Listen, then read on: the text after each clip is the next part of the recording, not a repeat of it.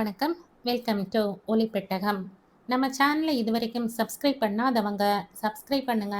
பக்கத்தில் இருக்கிற பெல் ஐகானை கிளிக் பண்ணி ஆல்ங்கிற ஆப்ஷனை ப்ரெஸ் பண்ணுங்க. ஸோ தட் நான் போடுற கதைகளை உடனுக்குடனே நீங்க கேட்கலாம். வாங்க கதைக்குள்ள போகலாம். பொங்கலோ பொங்கல்! கரம் கூப்பி கண்களை மூடி அத்தனை பேரும் சொன்னபோது நுரைக்க பொங்கிய பொங்கல் ஆனந்தத்தையும் பேரின்பத்தையும் அங்கே கொண்டு வந்து சேர்த்தது. அந்த ஒற்றை சத்தமே 3 நாட்களாய் வாட்டி வதைத்த அத்தனை வலிகளையும் வழித்து கொண்டு போயிருக்க, இந்த நிமிஷம் 10 வயது குறைந்து போயிருந்தது சாந்தாவிற்கு. இத்தோடு 3வது காஃபி முடிந்து விட்டது. முதல் செட் வடை காஃபியோடு ஹாலுக்கு போயிருக்க, பதம் பார்க்க கூட ஒரு வடை சாந்தாவிற்கு வந்து சேரவில்லை. பட்டு பாவாடை தாவணியை ஒரு மார்க்கமாய் சுற்றி கொண்டு வந்து நின்ற சௌமியாவின் 2 கைகளிலும் வடை இருக்க, வாயில் ஒன்றை அடக்கிக் கொண்டே அம்மாவை பார்த்து பூ போல சிரித்தாள். மகளை அந்த கோலத்தில் பார்த்த சாந்தாவிற்கும் சிரிப்பு வந்துவிட, இந்த நிமிஷம் சிரித்தால் மகள் தலைமேல் ஏறிக்கொள்வாள், உதவிக்கு கழுவி வைக்கும் ஓரிரு பாத்திரங்களையும் கழுவ மாட்டாள் என்ற ரகசியம் அறிந்ததால் முகத்தை முரட்டுத்தனமாக மாற்றிக்கொண்டு கேட்டாள். இப்பவே பொதன்னு இருக்க, இன்னும் எண்ணெய் பலகாரமா சாப்பிடு, அப்படியே உரல் மாதிரி உருண்டுகிட்டே போகலாம். அம்மா சிணுங்கிய மகளின் தாவணியை இழுத்து சரியாய் உடுத்தி விட்டாள்.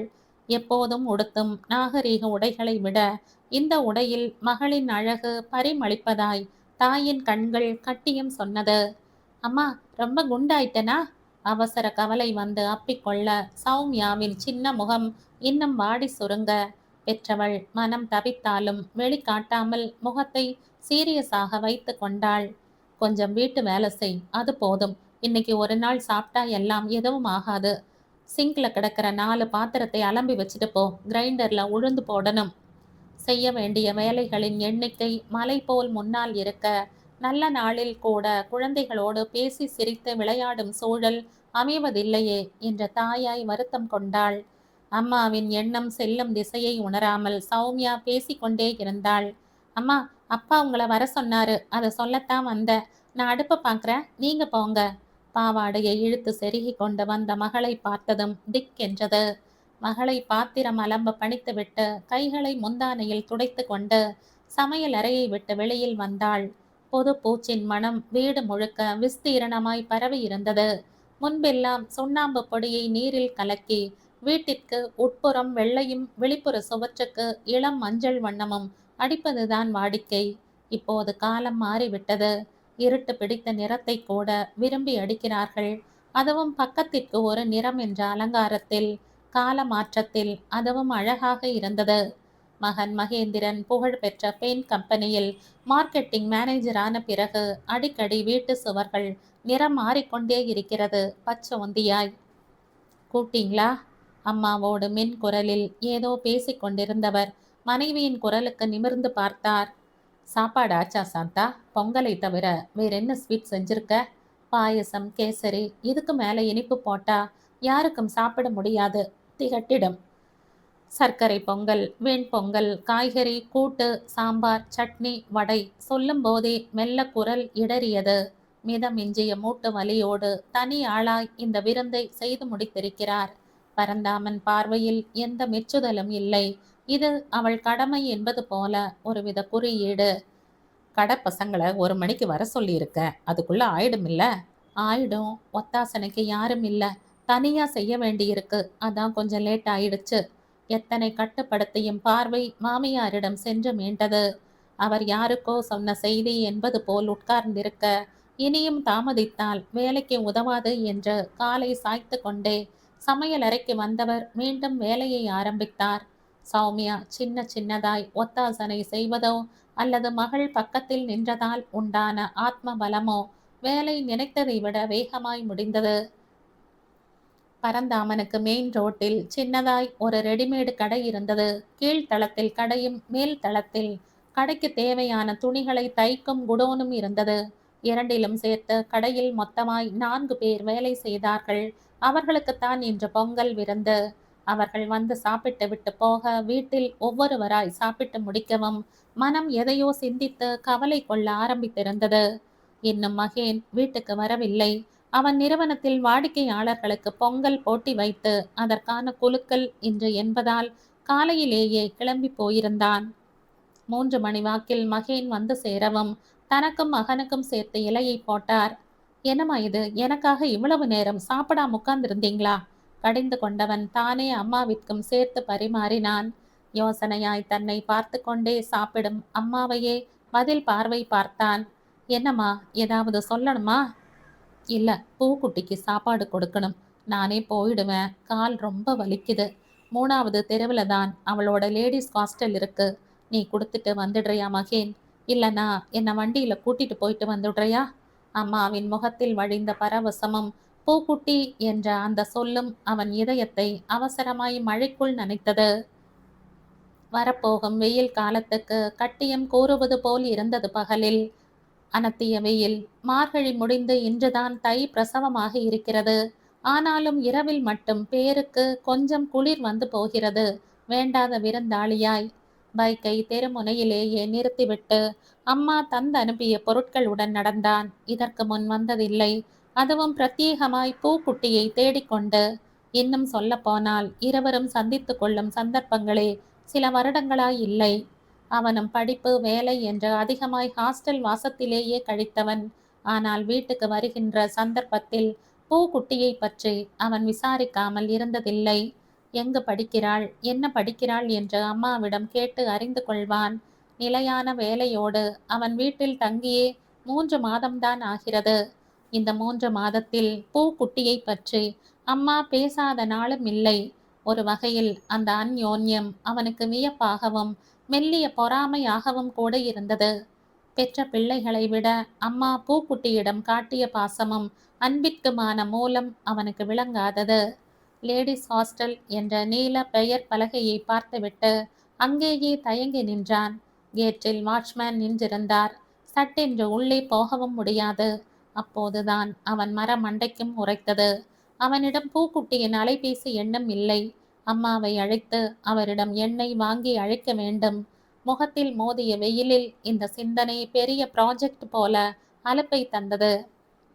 தருகிக் கொண்டே நிற்கும் மகேனை பார்த்துவிட்டு வாட்ச்மேனே வந்தார். யார் சார் வேணும்? பூக்குட்டி இல்ல, பூவிழி ஆடிட்டர் ஆஃபீஸில் ஒர்க் பண்ணுறாங்கல்ல, அவங்கள பார்க்கணும். நீங்க? என்றான் கண்களில் சந்தேகத்தை தேக்கிக் கொண்டே. நான் அவங்க கார்டியன், சாந்தாவுடைய பையன்.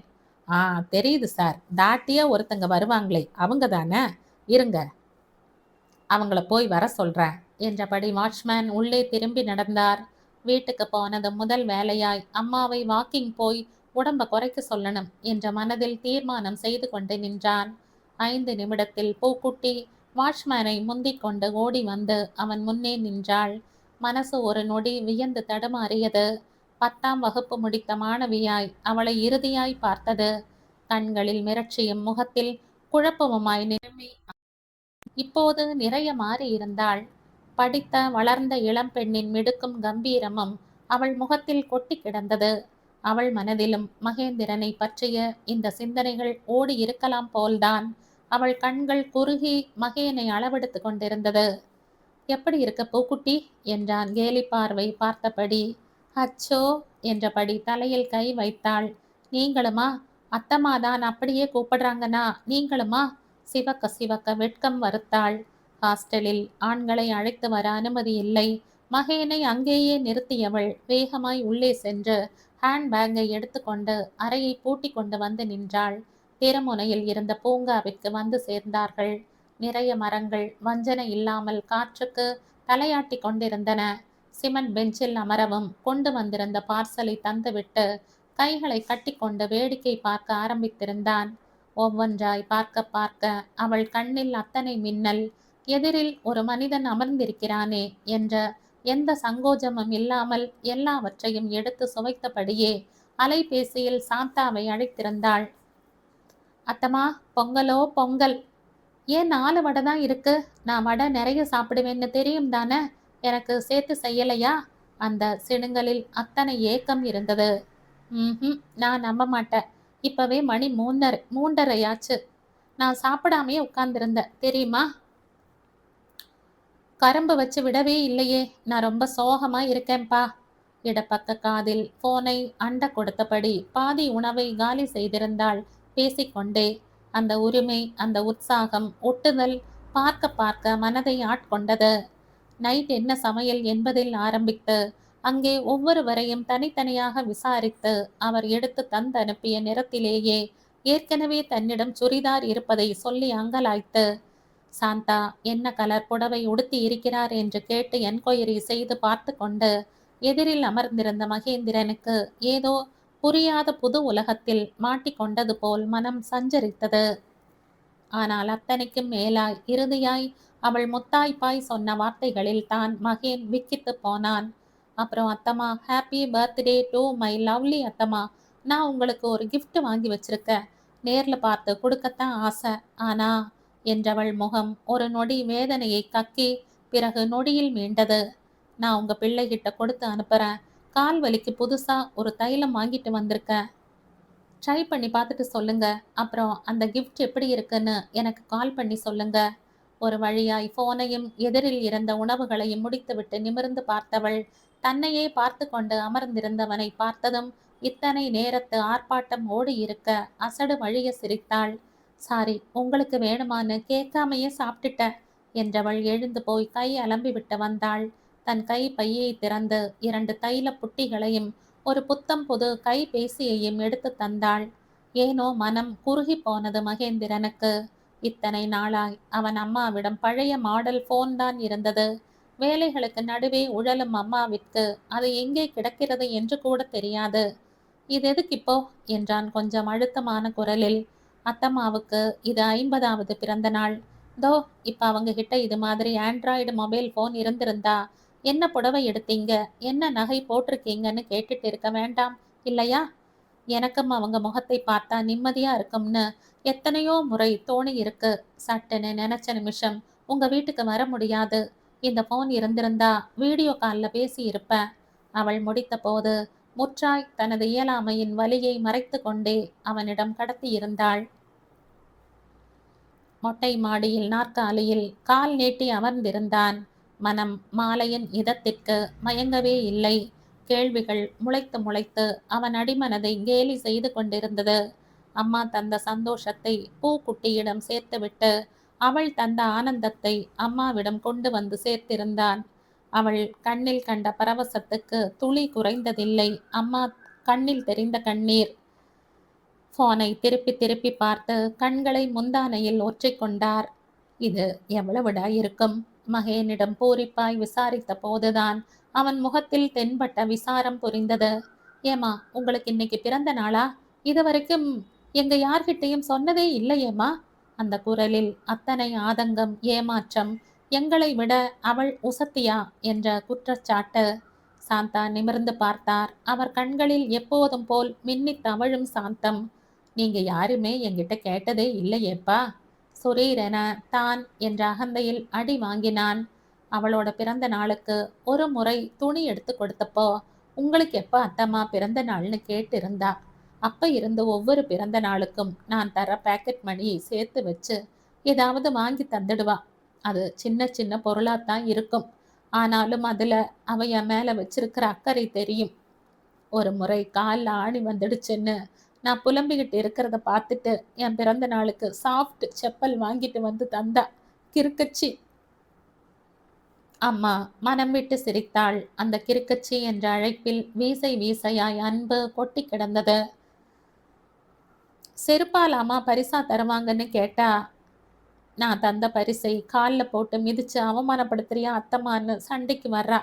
இப்ப மேடம் ஆடிட்டருக்கு ஜூனியர் ஆகிட்டாங்க. கை நிறைய சம்பாதிக்கிறாங்க. அதான் பரிசும் இத்தனை காஸ்ட்லியா இருக்கு. மகே, எனக்கு இதெல்லாம் உபயோகிக்க தெரியாது. உனக்கு 2 நாள் லீவு தானே, எனக்கு சொல்லி கொடு தம்பி. அவள் தந்த பரிசை நெஞ்சோடு அணைத்து கொண்டு போன அம்மா இன்னும் கண்ணுக்குள்ளேயே நிற்கிறாள். அதுவும் நீங்க என் பிறந்த நாள் எப்போன்னு கேட்கவே இல்லையேப்பா என்ற குரலில் வழிந்த வெறுமை அவனை புழுங்க வைத்து கொண்டிருந்தது. தாய்க்கான நியாயங்களை வகுத்திருந்த சமூகம் தாய்க்கு செய்ய வேண்டிய நியாயங்களை வலியுறுத்த தவறி போனதோ என்று தோன்றியது. பூக்குட்டி அம்மாவின் வாழ்வில் வந்த கதையை நினைத்தால் விசித்திரமாய், சில நேரம் நம்ப முடியாத வினோதமாக இருக்கும். மகேன், கொஞ்சம் கீழே வாயேன். அப்பாவின் சத்தம் அவனை நினைவுலகிற்கு கொண்டு வர இறங்கி கீழே வந்தான். வீட்டிற்குள் இன்னும் தித்திப்பின் வாசம் மிச்சம் இருந்தது. அம்மாவின் அரவம் இல்லை. கோயிலுக்கு போயிருக்கலாம், அல்லது பூக்குட்டியை தேடி போயும் இருக்கலாம். யார் கண்டது? பாட்டியும் அப்பாவும் மட்டும் ஹாலில் அமர்ந்திருந்தார்கள். வேலை பற்றிய சம்பிரதாய விசாரிப்புக்கு பிறகு விசாலம்தான் முதலில் கேட்டார். ஏன் மகேன், இன்னைக்கு உன்னை பார்க்கல பார்த்ததா அண்ணாச்சி சொன்னாரே? கவனமாக பூக்குட்டியை பற்றி தவிர்த்துவிட்டு பேச மெல்லிய சிரிப்போடு தலை அசைத்தான். பாட்டி அப்படி சொல்லி இருக்க மாட்டாரு, பூக்குட்டியோட பார்த்ததா சொல்லி இருப்பாரே. சிரித்தான். அந்த கேலி சிரிப்பு கிழத்திக்கு முணுக்கென கோபத்தை மூட்டியது. ஏதோ ஒண்ணு, நீ எதுக்கு இந்த வேலையெல்லாம் பார்க்கற? உன் அம்மா ரொம்பத்தான் அந்த அநாத கழுதிக்கு இடம் கொடுத்து வச்சிருக்கா. முள் தைத்தது போல ஊசி வார்த்தைகள். தோப்பில் இருந்தாலும் ஒவ்வொரு மாதமும் தனி மரம்தான் பாட்டி. தனியாத்தான் பிறக்கிறோம், தனியாத்தான் இறக்கிறோம். நடுவுல இருக்கிற காலத்துல ஒருத்தருக்கு ஒருத்தர் அனுசரணையா இருக்கிறதுக்கு பேர்தான் வந்த பாசம். அதை குடும்பத்துக்கு மட்டும்தான்னு சுருக்க கூடாது. பேரில் மட்டும் விசாலமா இருந்தா போதாது, சிந்தனையிலும் இருக்கணும் என்றான் வெடுக்கென்று. இந்த வியாக்கியானம் எல்லாம் நல்லா பேசுடா. ஆனா யார் யாரை எங்க வைக்கணும்னு உனக்கும் அறிவில்ல, உன் அம்மாவுக்கும் அறிவில்லை. எப்படியோ போங்க. வீட்டுக்கு பெரிய மனுஷின்னு இருக்கிறதால மனசு பொறுக்காம கேட்குறேன். மூத்தோர் சொல்லும் முதிர் நொல்லியும் முன்னே கசக்கும் மூத்தோர் சொல்லும் முதிர் நெல்லியும் முன்னே கசக்கும் பின்னே இனிக்கும். தன் வார்த்தைகள் பேரனிடம் வலுவிழந்த கரையை கடந்ததால் வந்த கோபத்தில் விசாலம் எழுந்து சென்றிருக்க, பரந்தாமன் அதையும் தாண்டிய ஏதோ ஒரு சிந்தனையோடு அமர்ந்திருந்தார். அப்பா, அடிப்படை மனித தன்மையை இழக்க வேண்டாம்ப்பா என்றான் தன்மையாக. அவர் பதிலே சொல்லாமல் எழுந்து போனார். அழுத்தியும் கண்களை சுருக்கியும் இந்த உலகத்தை வேடிக்கை பார்த்தால் மெல்லிய விசித்திரமாக இருக்கும். இதெல்லாம் எப்படி நடந்தது என்ற பல கேள்விகளுக்கு விடையும் தெரியாது, நிகழ்வும் புரியாது. கோயில் பிரகாரத்தில் ஒதுக்கமாயிருந்த சுற்று சுவரை ஒட்டி சாந்தா அமர்ந்திருந்தாள். வீசிய தென்றலுக்கு மனசு இதமாக இருந்தது. இன்று மாட்டுப் பொங்கல் என்பதால் இன்றைக்கும் கோயிலில் கூட்டம் இருந்தது. ஒரு வாரமாய் கோயிலுக்கு கிளம்பி கிளம்பி தடைபட்டு போகிறது. பொங்கல் வேலை, பெயிண்டிங் வேலை என்று அவள் அனுமதியின்றியே அவளை தனதாக்கி கொண்டிருந்தது சூழல். 2வது மாடியில் வீடெடுக்கலாம் என்ற யோசனையில் இருக்கிறார் பரமானந்தம். அம்மாவும் மகனும் பேசும்போது காற்று வாக்கில் வந்த செய்திதான் தவிர அதை பற்றி எல்லாம் சாத்தாவிற்கு முறையான அறிவிப்பு வரவில்லை. எந்த விஷயத்துக்கும் அவர் அறிவிப்பும் செய்வதில்லை. சாந்தா ஆலோசனையும் சொல்வதில்லை. வெளியில் கிளம்பிய மகேந்திரனை நிறுத்தி தன்னை கோயிலில் இறக்கி விடும்படிக்கு சொல்லித்தான் வந்திருந்தார். விதவிதமான மனிதர்களை பார்க்கும்போது மனதிற்கு இதமாக இருந்தது. 2 நாட்களாய் சௌமியாவும் மகேனும் மாறி மாறி எப்படி ஆண்ட்ராய்டு போனை உபயோகிப்பது என்று கற்று தந்திருந்தார்கள். சாந்தாவின் கையில் இருந்த போனையும் உள்ளே நடக்கும் கூத்தையும் ஓரக்கண்ணால் பார்த்தாலும் பரமானந்தம் எந்த கேள்வியும் கேட்கவில்லை. இது ஒண்ணுதான் குறைச்சல் என்ற விசாலம்தான் முணுமுணுத்து கொண்டே எங்கும் அங்கும் நடை போட்டார். சாமி கும்பிட்டு விட்டு தனியாக வந்து அமர்ந்த நிமிஷம் மனதில் மேவிய ஆவலில் போனை எடுத்து தடவி மடியில் வைத்து கொண்டார். அவ்வளவு பெருமிதமாக இருந்தது. தன் நெஞ்சில் சாய்ந்து தாலி கொடியை பற்றி இழுத்து வாயில் அதக்கிக் கொண்டே கிடக்கும் அந்த பிஞ்சு வளர்ந்து இன்று தனக்கு என்ன தேவை என்று பார்த்து பார்த்து செய்வது அவ்வளவு நெகிழ்ச்சியாக இருந்தது. மெல்லிய பதட்டத்தோடு வாட்ஸ்அப்பிற்கு சென்று பூக்குட்டியின் எண்ணிற்கு அழைக்க மணி அடிக்கும் சத்தம் பக்கத்தில் கேட்டது. அவசரமாக திரும்பி பார்க்க தூணுக்கு பின்னால் இருந்து எட்டி பார்த்து கண் சிமிட்டி சிரித்து ஓடி வந்து கழுத்தை கட்டி கொண்டாள். வேண்டுதலுக்கு கை கூப்பி நின்ற நிமிஷம் வரம் வந்து கையில் விழுந்தது போல் இருந்தது சாந்தாவிற்கு. மெல்ல அணைத்து கன்னத்தோடு கன்னம் வைத்து அன்பு செய்தவளை செல்லமாய் முறைத்து கொண்டு அமர்ந்திருந்தாள் சாந்தா. எப்ப இருந்து இந்த வேவு பார்க்குற வேலையாம்? முகத்தை கோணிக்கொண்டு சாந்தா உதிர்த்த வெட்க சிரிப்பில் அந்த வயதிலும் பேரழகியாக தெரிந்தாள் சாந்தா. அத்தம்மா, நான் உங்களை பார்க்கலாம்னு வீட்டுக்கு வந்துட்டு இருந்தேன். அந்த சமயம் நீங்க உங்க பையன் கூட கோயிலுக்கு வர்றதை பார்த்தேன். அதான் என்னதான் பண்றீங்கன்னு வெயிட்டிங் என்றவள் அடுத்து வந்த 1/2 மணி நேரத்தையும் தனதாக்கி கொண்டிருந்தாள். அழகழகாய் பேசி சிரித்த முகத்தோடு கன்னத்தோடு கன்னம் வைத்து செல்ஃபி எடுத்து அதை ஸ்கிரீன் சேவரில் வைத்து சாந்தா கையில் தந்துவிட்டு நிமிர்ந்து பார்க்க, கோயில் வாசலில் பைக்கில் சாய்ந்து வேடிக்கை பார்த்து கொண்டு நின்றான் மகேன். கண்கள் மலர எழுந்து வந்த சாந்தாவின் முகத்தில் பொங்கி ததும்பிய ஆனந்தத்தை மகேன் குறிக்க தவறவில்லை. எப்படா வந்த? ஆ, நீங்க உங்க பூக்குட்டி கூட செல்ஃபி எடுத்துட்டு இருந்த போதே வந்தாச்சு. சிரிப்பை அடக்கி கொண்டு சிரித்த போது பூக்குட்டி அவனை முறைத்து பார்த்தாள். அத்தம்மா, என்ன பூக்குட்டின்னு சொல்ல வேண்டாம்னு சொல்லுங்க. இவர் மட்டும் இல்ல, சௌமியா நேத்து இன்ஸ்டிடியூட்ல பார்த்துட்டு பூக்குட்டின்னு சத்தமா கத்திட்டு போறா. பக்கத்துல நின்னவங்க எல்லாம் சிரிக்கிறாங்க. அவள் முடிக்க, இப்போது சிரிக்கும் முறை அம்மா பிள்ளை இருவருக்கும் ஆனது. நான் கூட கூப்பிடக்கூடாதா பூக்குட்டி? நீங்க கூப்பிடலாம் அத்தம்மா, ஆனா வேற யாரும் கூப்பிடக்கூடாது. சரி, இனிமேல் பூக்குட்டின்னு கூப்பிடல. பூக்குட்டி போதுமா பூக்குட்டி? வம்பெடுத்தவனை முறைத்துவிட்டு சாந்தாவிடம் விடை பெற்று கொண்டு நடக்க முற்பட சாந்தா கையை பிடித்து நிறுத்தினார். இந்த நேரத்துல தனியா போக வேண்டாம், வண்டியில ஏறு, உன்னை விட்டுட்டு நாங்க போறோம் என்றவர் பின் ஏறிக்கொள்ள அவருக்கு பின்னாக பூவிழி அமர்ந்து கொண்டாள். ஹாஸ்டலில் இறக்கிவிட்டு இன்னும் மிச்சம் சொச்சம் இருந்த பேச்சுக்களை முடித்து கொண்டுதான் சாந்தா புறப்பட்டார். நாட்கள் என்பது வாழ்க்கை சக்கரத்தின் சக்கரம். அது நசுக்கி நகர்ந்து காலத்தை கடந்து போகலாம். அது ஏற்படுத்திய தடம் மறையவே மறையாது. காஞ்சிபுரத்தில் ஒரு பெரும் குடும்பத்தில் பிறந்து 10வது முடித்து சில ஆண்டுகளில் பரமானந்தத்தை மணந்து கொண்டு வந்தவர் சாந்தா. சென்னை வரன், சொந்த கடை, சொந்தமாய் வீடு என்று அத்தனை லட்சணங்களும் நிறைந்த வாழ்க்கை. விசாலமும் அப்போது கணவரோடு கிராமத்திலேயே இருந்தார். அவ்வப்போது வந்து போவதோடு சரி. பரமானந்தம் நல்ல மாதிரிதான். ஆனாலும் மனைவியிடம் எந்த விஷயத்திற்கும் கருத்து கேட்க மாட்டார். பெரும்பாலும் எல்லாவற்றையும் முடிவு செய்துவிட்டு அறிவிப்பதோடு சரி. அதெல்லாம் பெரிதாய் தெரிந்ததில்லை சாந்தாவுக்கு. திருமணமான புதிதில் மாதத்தில் பாதி நாள் விசாலம் கணவரோடு இங்கே வந்து தங்கி போவார். ஒவ்வொரு சின்ன விஷயத்திற்கும் அம்மாவிடம் ஆலோசனையும் அனுமதியும் கேட்கும் கணவனின் குணம் அப்போதுதான் விளங்கியது. வருத்தமாக இருந்தது. மனைவி என்ற உரிமையை அவர் வழங்காமல் போயிருந்தால் அதற்காக தர்க்கம் செய்யலாம். ஆனால் அவளின் திறமையிலும் தெளிவிலும் அவருக்கு நம்பிக்கையே இல்லை என்று தெரிந்த பிறகு அதை கேட்டு பெற்றுக்கொள்ள அவள் தன்மானம் இடம் கொடுக்கவில்லை. சில நேரம் வலிய முனைந்து சாந்தா தருகிற ஆலோசனைகளையும் அவர் நின்று கூட கேட்காமல் போனதில் இருந்து எதையும் சொல்வதை விட்டுவிட்டார். மகேந்திரனுக்கு 6 வயது இருக்கும்போது சௌமியா பிறக்க வீட்டு செலவுகள் அதிகரித்தது. இத்தனை நாள் பழைய சாமான்களை போட்டு பூட்டி வைத்திருந்த முதல் மாடியை வாடகைக்கு விடலாம் என்று முடிவு செய்து ஒரு குடும்பத்தை கொண்டு வந்து வைத்தார். பிரகாரத்தில் கை கூப்பி நிற்கும் போது சட்டென்ற மனதிற்குள் வந்து அறையும் சன்னிதானத்து விபூதியைப் போல அந்த குடும்பம் சாந்தாவின் வாழ்க்கை முழுக்க மணக்கப் போகிறது என்று அவளுக்கு அப்போது தெரியாது. காதல் திருமணம் போலும் பெரிதாய் இருவருக்கும் உறவுகள் இல்லை என்று அப்பெண் லதா சொன்னாள்.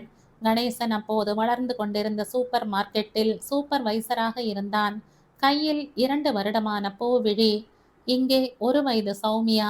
பகலும் இரவும் என்ற நேரம் காலம் பாராமல் பூவிழி சாந்தாவிடமேதான் ஒட்டி கொண்டு திரிவாள். அந்த பராமரிப்பு மெல்லிய ஆசுவாசத்தை தர பூவிழியை சாந்தாவிடம் விட்டுவிட்டு குடும்ப சுமை குறைக்க லதாவும் வேலைக்கு செல்ல ஆரம்பித்தாள். கொழு கொழு கன்னமும் மாவடு கண்களும் அடர்ந்த கேசமுமாய் கண்ணை பறித்த பூவிழியை இருப்பில் இருத்தி கொண்டுதான் சமையலே நடக்கும். அட்டை மா மாங்காத்தா, அட்டை மா கேரட் வேணும். அத்தை மாவின் இடுப்பில் அமர்ந்து அவள் கழுத்து சங்கிலி முகப்பை வாயில் போட்டு உதப்பிக்கொண்டு எச்சிலை ஒழுக்கி சாந்தாவின் புடவையில் துடைப்பாள். வாசலில் நட்டு இருந்த பவள மல்லியை தொடுத்து பூவிழியின் அடர்ந்த தலைமுடியில் வைத்து அழகு பார்ப்பாள் சாந்தா. பூவை பார்த்தாலே தலையை சிலுப்பிக் கொண்டு சௌமியா ஓடிப்போக பூவிழி தலையில் வைத்து கொண்டு முகத்திற்கு முன் கொண்டு வந்து ஆட்டி விளையாடுவதை பார்க்க கொள்ளை அழகாக இருக்கும். ஒரு நாள் சாந்தா மறந்து போனாலும் அட்டைமா பூ என்று கேட்டபடி தலையை மார்பில் மோதுவாள். அந்த அழகில் மயங்கி சாந்தா பூக்குட்டி என்று அழைக்க அந்த பெயரை பூக்குட்டியின் செல்ல பெயரானது. கனிவை காட்டும் காலம்தான் கடுமையையும் காட்டுகிறது. நாட்கள் மெல்ல தன் போக்கில் நகர்ந்தது. பரமானந்தம் ரெடிமேட் கடை அப்போது மிகச்சிறிய கட்பீஸ் கடையாக மட்டும்தான் இருந்தது. அதை விரிவுபடுத்த எண்ணியவர் பூக்குட்டி குடும்பம் இருந்த வீட்டை லீஸுக்கு வைக்கப் போவதாய் சொல்ல, அந்த தொகையை தானே தந்து வீட்டை லீஸுக்கு மாற்றிக்கொள்வதாக கணேசன் சொன்னான். இருந்த நகை நட்டு வேலை செய்த இடத்தில் உதவி என்று கஷ்டப்பட்டு பணம் புரட்டி பரமானந்தம் கேட்ட 4 லட்சத்தை தந்து விட்டான். 2 வருடத்திற்கு வாடகை செலுத்த வேண்டாம் என்ற ஆசுவாசம்.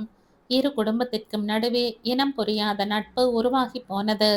பூக்குட்டிக்கு 3 வயதாகி இருக்க பக்கத்தில் இருந்த பிளே ஸ்கூலில் சேர்த்திருந்தார்கள். அது ஒரு வெள்ளிக்கிழமை. பூக்குட்டியை ஸ்கூலுக்கு அனுப்பிவிட்டு லதா வந்து நின்றாள். மஞ்சளில் செவ்வரளி பூக்கள் தூவிய சில்க் காட்டன் சேலையும் தலை நிறைய பூவுமாய் நின்றவளை பார்க்க பார்க்க மனம் நிறைந்தது. அக்கா, அவர் ஆபீஸ் ஃப்ரெண்ட் வீட்டு கிரக பிரவேசத்துக்கு போறோம். பூக்குட்டியை ஸ்கூல்ல இருந்து அழிச்சுக்கிட்டு வந்து வச்சுக்கிறீங்களா? லதா கேட்க சந்தோஷமாய் தலை ஆட்டும் போது தெரியாது பூக்குட்டியை காலம் முழுக்க வைத்து கொள்ள போகிறோம் என்று. நாங்க இல்லைன்னா அழுவா, நீங்க தான் பார்த்துக்கணும், மறந்துடாதீங்க. கணவனின் பைக்கில் ஏறி கை அசைத்து கொண்டு விடைபெறும் வரைக்கும் சொல்லிக்கொண்டே மறைந்தாள்.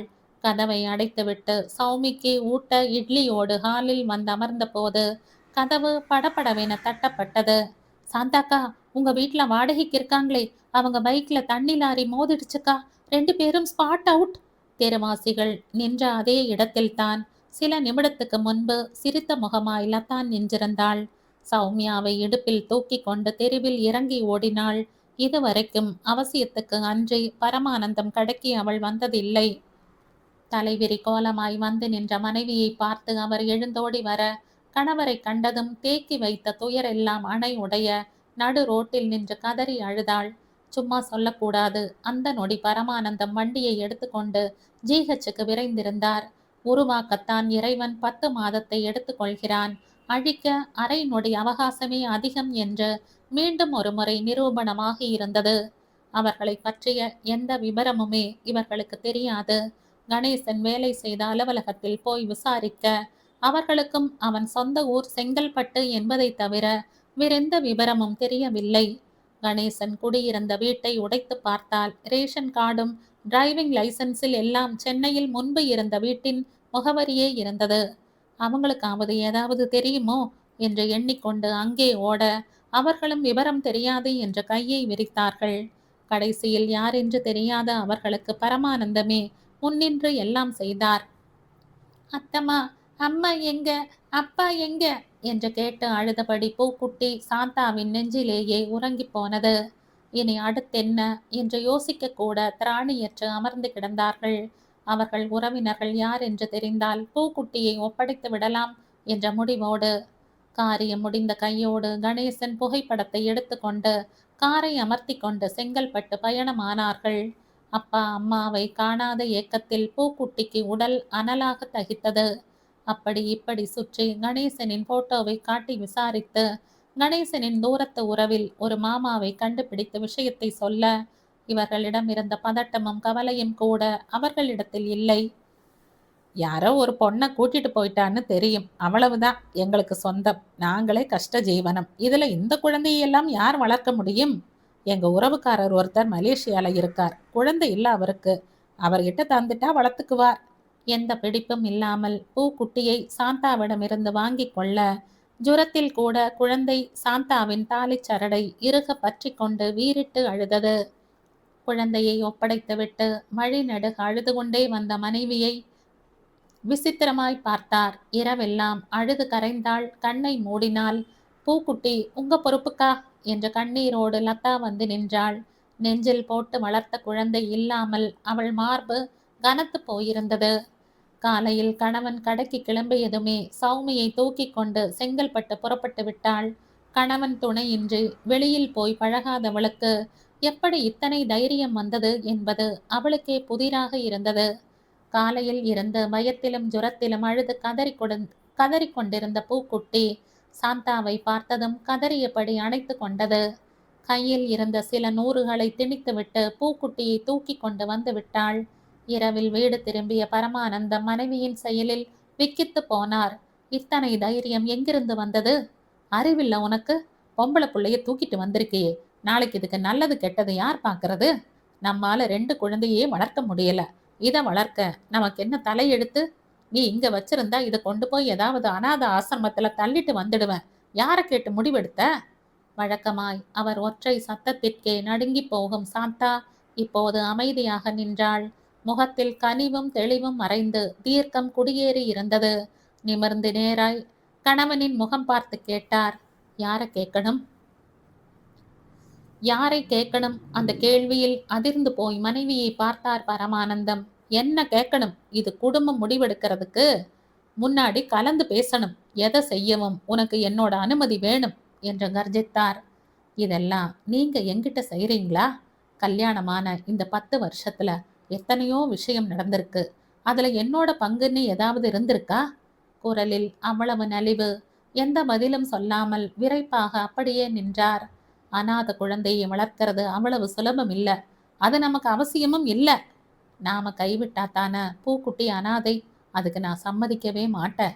சரி, குழந்தையை பாரம்னு சொல்லி தூக்கி வீசிட்டு வந்தீங்கல்ல, இவங்க அப்பா அந்த வீட்டுக்கு தந்த 4 லட்சத்தை பத்தி ஏன் மூச்சை விடல? அந்த தொகை பத்தி மட்டும் செங்கல்பட்டு சொந்தங்களுக்கு தெரிஞ்சா என்ன ஆகும்? குழந்தையை அவங்க கிட்ட ஒப்படைக்கிறதா இருந்தா அந்த பணத்தையும் அவங்க கிட்ட கொடுங்க. இல்லைனா நான் பணத்தை பத்தி அவங்க கிட்ட பேசுவேன். பூனை குட்டி போல் காலை சுற்றி கொண்டு இருந்த சாந்தாவின் பேச்சு பரமானந்தத்தை வெகுவாய் அசைத்தது. என்பதை விட அந்த 4 லட்சத்தை காட்டி மனைவி மிரட்டியது ஏகத்துக்கும் பயத்தை தந்திருந்தது. அந்த தொகையில் தான் கடையை விரிவாக்கி இருந்தார். அதன் பிறகு அவர் எதிர்ப்பை காட்டவில்லை. ஆனால் அவரும் விசாலமும் பூக்குட்டியின் மீது வெறுப்பை காட்டினார்கள். ஏதோ ஒரு அசந்தர்ப்பத்தில் பூக்குட்டியை தக்க வைத்து கொள்ளும் பொருட்டு கணவரை எதிர்த்து நின்றிருந்தாலும் அது சாந்தாவின் இயல்பில்லை. 5வது வரைக்கும் பக்கத்தில் உள்ள பள்ளியில் படிக்க வைத்தவள் அதற்கு மேலே ஹாஸ்டலில் சேர்த்து விட்டாள். விவரம் தெரிய ஆரம்பித்த பிறகு பரமானந்தமும் விசாலமும் பேசும் வெறுப்பு பேச்சுக்கள் குழந்தையை வெகுவாய் சுணங்க வைத்தது. தனக்கு பெற்றவர்கள் இல்லை என்ற சிந்தனையில் சில நேரம் விசும்பி அழுததை பார்த்த பிறகுதான் இந்த சூழ்நிலை பூக்குட்டியின் வளர்ச்சிக்கு நல்லதில்லை என்று ஹாஸ்டலில் போட்டு விட்டாள். ஆனால் உணவோ உடையோ எதிலும் குறை வைத்ததில்லை.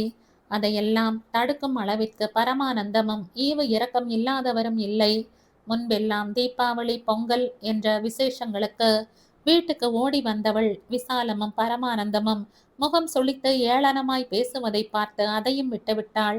படிப்பில் தன் முழு கவனத்தையும் காட்டி ஸ்காலர்ஷிப்பில் CA முடித்து சிட்டியில் தேர்ந்த ஆடிட்டரிடம் ஜூனியர் ஆகி இன்று கை நிறையவே சம்பாதிக்கிறாள். பூக்குட்டியின் வாழ்க்கையை சாந்தா என்ற மனுஷி சீரமைத்தாள் என்ற பார்வைக்கு தெரியும். ஆனால் சாந்தா என்ற கவனிப்பாரற்று கிடந்த கற்சிலைக்கு தன் அன்பென்ற ஸ்பரிசத்தால் உயிரூட்டி இருந்தாள். அவளின் அன்பு பூக்குட்டி என்பதுதான் நிஜம். அந்த இங்க் ப்ளூ சேலை உங்களுக்கு ரொம்ப நல்லா இருக்கு அத்தம்மா. பிளவுஸ் தான் அதுக்கு மேட்சிங்கா இல்ல. வீடியோ காலில் தன்னை பார்த்து பேசிக் கொண்டிருந்தவளை பார்த்துவிட்டு குனிந்து தன் பிளவுஸை பார்த்தவளுக்கு அது சரி என்றுதான் தோன்றியது. ஆமா பூக்குட்டி, எனக்கும் அப்படித்தான் தோணுது. வேற பிளவுஸ் எடுக்கிறேன். என்ன சமையல் செஞ்சீங்க? வாழைக்காய் வறுவல், பருப்பு சிலி. இரு, உனக்கு காட்டுறேன். போனோடு சமையல் அறைக்கு நகர்ந்தாள். அத்தனையும் பார்த்து கொண்டு அமர்ந்திருந்த விசாலத்துக்கு பற்றி கொண்டு வந்தது. இவ்வளவுதான் இருக்கு, போதுமா எல்லாருக்கும்? எல்லாரும் சாப்பிட்டாச்சு, நான் மட்டும்தான் மிச்சம். அது சரி, நீ ஏன் தலை கூட வாரிக்காம டல்லா இருக்க? உடம்பு எதுவும் முடியலையா பூக்குட்டி? குரலில் இருந்த கனிவில் பஞ்சாமிர்தமே செய்யலாம். இன்னைக்கு ஆஃபீஸ் லீவு. வெளியில் அழைச்சிக்கிட்டு போக எனக்கு என்ன பாய் ஃப்ரெண்டா இருக்கு? அதான் விரக்தியா உட்கார்ந்துகிட்டு இருக்கேன் சொல்லிவிட்டு கண்ணடித்து கலகலவென சிரித்தாள். ஆனால் சாந்தாவிற்குத்தான் பதிலுக்கு சிரிக்க முடியவில்லை. வாழ்க்கை என்பது வேலையும் பணமும் தானா? அனுசரணைக்கும் அன்பிற்கும் அந்த சிறு மனம் ஏங்காதா? வாழ்க்கை என்பது வேலையும் பணமும் தானா? அனுசரணைக்கும் அன்பிற்கும் அந்த சிறு மனம் ஏங்காதா? தனக்கென ஒரு துணையின் கையிருப்பு இல்லாமல் எப்படி தனியாகவே வாழ? திடமான பெண் என்பதால் தேவைகளும் ஆசைகளும் இருக்காதா? முதன்முறையாக பூக்குட்டியின் எதிர்காலம் குறித்து கவலை வந்தது. பேசி முடித்துவிட்டு ஹாலுக்கு வந்தவளை அழைத்தார் விசாலம். இது உனக்கே நல்லா இருக்கா? நீ என்ன சின்ன பிள்ளையா? சாப்பாட்டு பாத்திரத்துல இருந்து ஆக்கி இருக்கிற சோறு வரைக்கும் அவளுக்கு காட்டணுமா? ஒரு வருஷம் இந்த வீட்டில் இவளோட பெத்தவங்க இருந்ததுக்கு இன்னும் எத்தனை ஜென்மத்துக்கு வட்டி கட்டணும் இந்த குடும்பம்? வார்த்தைகள் கோபத்தில் வந்து விழுந்தது. அன்பை கொள் முதலா வாங்கினவங்க பிரி பிரியத்தை வட்டியா கட்டித்தானே அத்தை ஆகணும். தவிர ஒரு வருஷம் அவங்க இங்க வாழ்ந்ததுக்கு நான் செய்ததா மட்டும்தான் சொல்றீங்க. ஆனா 20 வருஷமா அந்த பொண்ணுக்கு சேர வேண்டிய பெரும் தொகைக்கு வட்டியும் வரவும் யோசிச்சா என்ன ஆகும்?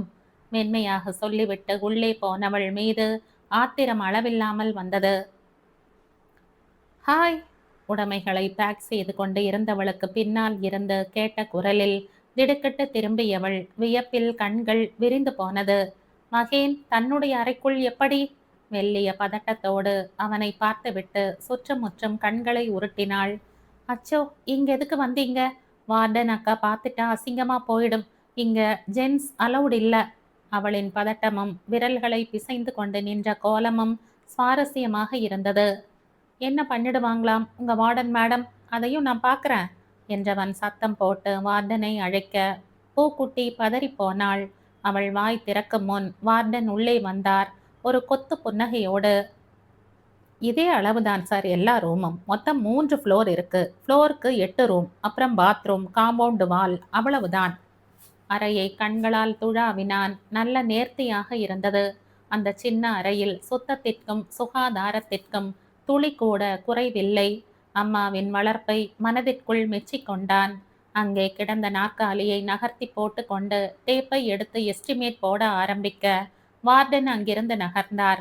கட்டிலில் அமர்ந்து அவனையே கண்களை உருட்டி கொண்டு பார்த்து கொண்டிருந்தவளை சிரிப்போடு பார்த்தான். பூக்குட்டிக்கு என்னவாம்? இல்ல, இதுக்கு தான் வந்திருக்கீங்கன்னு என்கிட்ட அப்பவே சொல்ல வேண்டியது தானே. வேற எதுக்கு உன் ரூமுக்கு வந்திருப்பேன்னு நீ நினைச்ச என்றான் கூர்மையாக பூக்குட்டியின் முகத்தை பார்த்தபடி. அவள் இமைகள் பட்டாம்பூச்சியாய் படபடத்து வேறு இடம் பறந்தது. அறைக்குள் கண்களை மூடி அமர்ந்திருந்த நிமிஷம் புது பெயிண்டின் மனம் நாசிக்குள் விரவி இன்பமூட்டி கொண்டிருந்தது. கண் நிறைந்த புது வண்ணம். அதுவும் இந்த அறைக்கு மட்டும் ஏதோ பிரத்யேகமாய் நுணுக்கமாய் எல்லாம் அமைந்திருப்பது போல் தோன்றியது. மிக சின்ன அறைதான். அதற்குள்ளேயே ஒதுக்கமாய் பாத்ரூம், அவ்வளவுதான். 3 வேளை உணவோடு சேர்த்து அதற்கே 10,000 செலுத்துகிறாள். இந்த 23 வருஷங்களும் பெரும்பாலும் நினைவு தெரிந்ததில் இருந்து ஹாஸ்டல் வாசம்தான். முன்பெல்லாம் பெரிதாய் எதுவும் தோணாது. இப்போது மனது எதையோ விரும்புகிறது. பூக்குட்டி, அழைப்பு கேட்டு நிமிர்ந்து பார்த்தாள். சாந்தா கையில் கூடையோடு நின்று கொண்டிருந்தாள். முகம் முழுக்க மத்தாப்பு தூவ எழுந்தோடி வந்து கட்டி கொண்டாள். ரூமுக்கு பெயிண்ட் அடிச்சிருக்கா பூக்குட்டி? மகேன் தான் அடிச்சானாமே. அவர் அடிக்கல அத்தம்மா, ஆளுங்க அடிச்சாங்க. அவர் சட்டமா நின்னுட்டு இப்படி அடி அப்படி அடின்னு நாட்டாம வேலை பார்த்தார். கேலி செய்ய சாந்தா முறைத்து கொண்டே உள்ளே வந்து உட்கார்ந்தாள். இது கலர் அவனுக்கு ரொம்ப பிடிச்ச கலர் பூக்குட்டி என்றார் கண்களை சுழற்றி அறையை அளந்தபடி. கொண்டு வந்ததெல்லாம் தந்துவிட்டு கொஞ்ச நேரம் அமர்ந்து பேசி கொண்டிருந்தார். அறையில் சாந்தா கையில் குழந்தையாய் பூக்குட்டி இருக்கும் புகைப்படம் இருந்தது. பெற்றவர்கள் புகைப்படம் கூட இல்லாத அறையில் தன் புகைப்படத்தை மாட்டி வைத்திருக்கும் அந்த அன்பிற்கே அடிக்கடி இந்த அறைக்கு சாந்தா வருவது உண்டு. இருங்கத்தம்மா, நான் ஜூஸ் எடுத்துட்டு வரேன். பதிலுக்கு காத்திராமல் வெளியில் ஓடி இருந்தாள். சாந்தா தலையணை உரையை மாற்றி கட்டிலில் கிடந்த துணிகளை மடித்து வைத்துவிட்டு கலைந்து கிடந்த அறையை சரியாக்கி முடித்த நிமிஷம் ஜூஸோடு வந்திருந்தாள். கூடவே கை நிறைய தின்பண்டங்கள், தேன் மிட்டாய், எள்ளு சாக்லேட், கடலை உருண்டை. பூக்குட்டி, என்னை என்ன சின்ன குழந்தைன்னு நினைச்சியா? வீட்டுக்கு எடுத்துட்டு போங்க அத்தம்மா. இங்க பக்கத்துல பெரிய கடையெல்லாம் இல்ல, இதான் கிடைக்கும். சௌமிக்கு மகேனுக்கும் கொடுங்க. அப்புறம் என்னை பூக்குட்டின்னு என்னை கூப்பிடக்கூடாதுன்னு சொல்லிடுங்க. சொல்லிவிட்டு கழுத்தை கட்டி கொண்டாள்.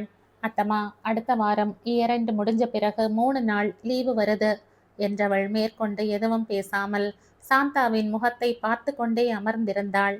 சாந்தாவின் இதயம் கனத்து போனது. உறவும் இல்லாத பகையும் அல்லாத இந்த நிலைக்கு என்ன பெயர் என்று அவருக்கு தெரியவில்லை. ஒரே வட்டத்திற்குள் உழன்று கொண்டிருக்கும் சிறு பெண்ணை விருந்துக்கு கூட அழைக்க முடியாத நிலை. உண்மையில் பூக்குட்டி மகா புத்திசாலி. தன்னுடைய தனிமையையும் துயரத்தையும் கொண்டாடும் ரகமில்லை என்றாலும் தன்னால் மற்றவர்களுக்கு, குறிப்பாய் சாந்தாவிற்கு எந்த இடையூறும் வந்துவிடக்கூடாது என்பதில் தெளிவாய் எப்போதும் இருப்பாள். இன்னும் நினைவிருக்கிறது. 10வது படிக்கிற சமயம் பெரிய பெண்ணாகிவிட்டாள் என்று ஹாஸ்டலில் இருந்து வீட்டுக்கு அழைத்து சென்று விடும்படி தகவல் வர, பரமானந்தத்தின் முக சுளிப்பையும் புறக்கணிப்பையும் ஒதுக்கிவிட்டு துணிந்து பூக்குட்டியை வீட்டுக்கு அழைத்து போயிருந்தாள் சாந்தா. பரமானந்தத்தின் கோபமும் விசாலத்தின் ஏச்சும் பேச்சையும் பொருட்படுத்தாமல் அவை பூக்குட்டியின் காதில் விழாமல் பாதுகாக்க சாந்தா பட்ட பாடும் அத்தனை வலிகளையும் பகலில் மறைத்து இரவில் தலையணை நனைப்பதை பக்கத்தில் படுத்துறங்கிய பூக்குட்டி கள்ள உறக்கத்தின் நடுவே கவனித்த பிறகுதான் அந்த குடும்பத்தையோ அங்கிருந்த மனிதர்களையோ வெறுக்காமலே விலகி போனாள். பூக்குட்டி, சாந்தாவின் குரல் தழதழத்தது. அத்தம்மா, வீட்டுக்கு வர்றியா? அவங்க பாட்டுக்கு ஒரு பக்கம் இருக்கட்டும், நாம ஒரு பக்கம் இருப்போம். சாந்தாவின் கண்களையே பார்த்தவளுக்கு சிரிப்பு வந்தது. பாட்டிக்காக பயந்துட்டெல்லாம் நான் அங்க வராம இல்ல. ஆனா நான் வந்தா உங்களுக்கும் மாமாவுக்கும் சின்ன சின்ன மன வருத்தம் வர்றது பிடிக்கல அத்தம்மா. சாந்தாவின் கையை எடுத்து தன் கையில் மறைத்து கொண்டு அன்பொழுக சொன்னாள். ஆனா நீ வந்த பிறகு என் உலகம் நிறைய மாறி இருக்கு பூக்குட்டி. அதெல்லாம் உனக்கு புரியாது. அவள் விரல்களை பற்றி நெட்டி முறித்தாள். சரி, லீவு விடுறதுக்கு முதல் நாள் சொல்லு, நாம 2 பேரும் எங்கேயாவது போயிட்டு வருவோம். சாந்தா சொல்லி கொண்டிருக்க சரியாய் பூக்குட்டியின் போன் அலறியது. அவள் பேரை சொல்லி ஆன்லைன் பர்ச்சேஸ் பார்சல் வந்திருப்பதாக சொல்ல அட்ரஸ் சொல்லிவிட்டு சாந்தாவை புரியாமல் பார்த்தாள். என்ன பூக்குட்டி? தெரியலையே, ஆன்லைன் பர்ச்சேஸ்ல என் பேர்ல திங்ஸ் வந்திருக்குன்னு அட்ரஸ் கேட்குறாங்க அத்தம்மா. நான் எதுவும் ஆர்டர் கொடுக்கலையே. அவள் சொல்லி கொண்டிருக்கும் போதே மறுபடியும் போன் அலற இருவரும் ஒரு சேர திரையை பார்க்க அதில் மகேன் என்று பச்சை எழுத்து ஒளிர்ந்தது. அந்த குட்டி அறை அன்பாலும் அக்கறையாலும் பிதுங்கி வழிந்தது போல் இருந்தது பூக்குட்டிக்கு. இரவெல்லாம் தூக்கமே இல்லை. புரண்டு புரண்டு படுத்ததில் கட்டில் கிரீச்சிட்டு சத்தம் போட்டு கதறியது. 1000வது முறையாய் அந்த கபோர்டை திறந்து பார்த்தாள். உள்ளே நாப்தலின் வாசம் வீசியது. அத்தைமா அவளுடைய உடைகளை அடுக்கி தந்துவிட்டு போயிருந்தார். புது கபோர்டு என்ற லாக்கரில் 100 ரூபாய் வைத்து அவளை ஆசிர்வாதம் செய்திருந்தார். பக்கத்தில் 2 அடியில் ரைட்டிங் டேபிள் என்று அறை நிறைவாக இருந்தது. அந்த நிமிஷம், மகேனின் அழைப்பு வந்த நிமிஷம் திக்கென்று இருந்தது பூக்குட்டிக்கு. சொல்லப்போனால் அவனுடைய மொபைல் எண் பொங்கல் கொண்டு வந்த போதுதான் வாங்கி சேகரித்தது. இதுவரை அவன் அழைத்ததும் இல்லை, இவள் நினைத்ததும் இல்லை. அத்தம்மா என்ன நினைப்பாரோ என்ற பரிதவிப்போடு நிமிர்ந்து பார்க்க அவர் கன்னத்தில் கை வைத்து பூக்குட்டியையே பார்த்தார். ஸ்பீக்கர்ல போடு, நான் இங்க இருக்கிறத சொல்லாத என்று இக்கட்டை உண்டாக்கி இருக்க விஷயமே தெரியாமல் பூக்குட்டி மிரண்டு கொண்டு அமர்ந்திருந்தாள். ஹலோ பூக்குட்டி. சொல்லுங்க மகேன். குரல் கிணற்றுக்குள் கிடந்தது. உனக்காக சில பொருள்கள் ஆன்லைன்ல பர்ச்சேஸ் பண்ண, இன்னும் கொஞ்ச நேரத்துல வந்துடும். அவன் பேசிக்கொண்டிருக்க இவள் கேட்டு கொண்டிருக்க இடையில் அமர்ந்திருந்த சாந்தா அந்த குரலில் ஆராய்ச்சி செய்து கொண்டிருந்தார். என்ன பொருள்? உன் ரூமுக்கு வந்தப்பதான் பார்த்தேன். ஒரு கபோர்டு கூட இல்ல. ட்ரெஸ் எல்லாம் எங்க வைப்ப? ஒரு சின்ன சூட்கேஸ்லையும் பேக்லையும் போட்டு வச்சிருக்க. நிறைய பேர் இருக்க இடம், பணம், நகைன்னு வைக்க பாதுகாப்பான இடம் வேண்டாமா? மகனின் அக்கறையை தலையை ஆட்டி உதடு பிதுக்கி சாந்தா கேலி செய்ய பூக்குட்டி செய்வதறியாமல் தலையை சொரிந்தாள். என்கிட்ட நகையெல்லாம் இல்லையே. சம்பாதிக்கிறதான வாங்குவ. முதல்ல உன்னுடைய உழைப்பை நம்பு. ஆ, அப்புறம் ஒரு சின்ன டேபிள் ஃபோல்டர் டைப் வாங்கி இருக்க. ஒர்க் பண்ண, அயன் பண்ண எல்லாம் யூஸ் ஆகும். சாந்தா கை வளையலை முன்னும் பின்னும் தள்ளிக்கொண்டே புன்னகை தவழ அமர்ந்திருந்தார். வேற ஏதாவது தேவைப்பட்டா தயங்காம என்கிட்ட கேளு. நீ சம்பாதிக்கிறதால மட்டும் பெரிய ஆள் ஆயிட்டுதான் நினைக்க வேண்டாம். இப்பவும் உன் கேர் டேக்கர் நாங்க தான், ரோஷமாய் சொன்னான். அடேங்கப்பா. சாந்தா சத்தம் இல்லாமல் சொல்லி சிரிக்க பூக்குட்டி தர்ம சங்கடத்தின் உச்சத்தில் அமர்ந்திருந்தாள். இத்தோடு நிறுத்தி இருந்தால் கதை ரசபாசமாக இருக்காது. அடுத்து தான் அவன் ஆட்டோ பாமை விசிறி அடித்தான். அப்புறம் உடனே ஓடிப்போய் உன் அத்தம்மாட்ட சொல்லிடாத. அவங்க வேற ஏதாவது தப்பா யோசிக்க போறாங்க. அவங்களுக்கு அவ்வளவு விவரமெல்லாம் பத்தாது என்று சொல்லி முடிக்க சாந்தாவின் முகம் அஷ்ட கோணலானது. ஆனால் மனதில் சொல்ல தெரியாத மகிழ்ச்சி எங்கிருந்து வீசுகிறது என்று விலாசமில்லாத தென்றல் அவருக்குள் இதம் கூட்டியது. பாரு, எனக்கு விவரம் பத்தாதாமா, வரட்டும் அவனுக்கு இருக்கு என்று கருவிக்கொண்டே இருந்தாலும் பொருட்கள் வந்ததும் அதை இறக்கி சரியான இடத்தில் வைத்து சின்னதாய் சாமி கும்பிட்டு மஞ்சள் தடவி முதல் பணத்தையும் தானே உள்ளே வைத்துவிட்டுத்தான் வந்தார். இந்த அக்கறை மனதிற்கு அவ்வளவு இதமாக இருந்தது.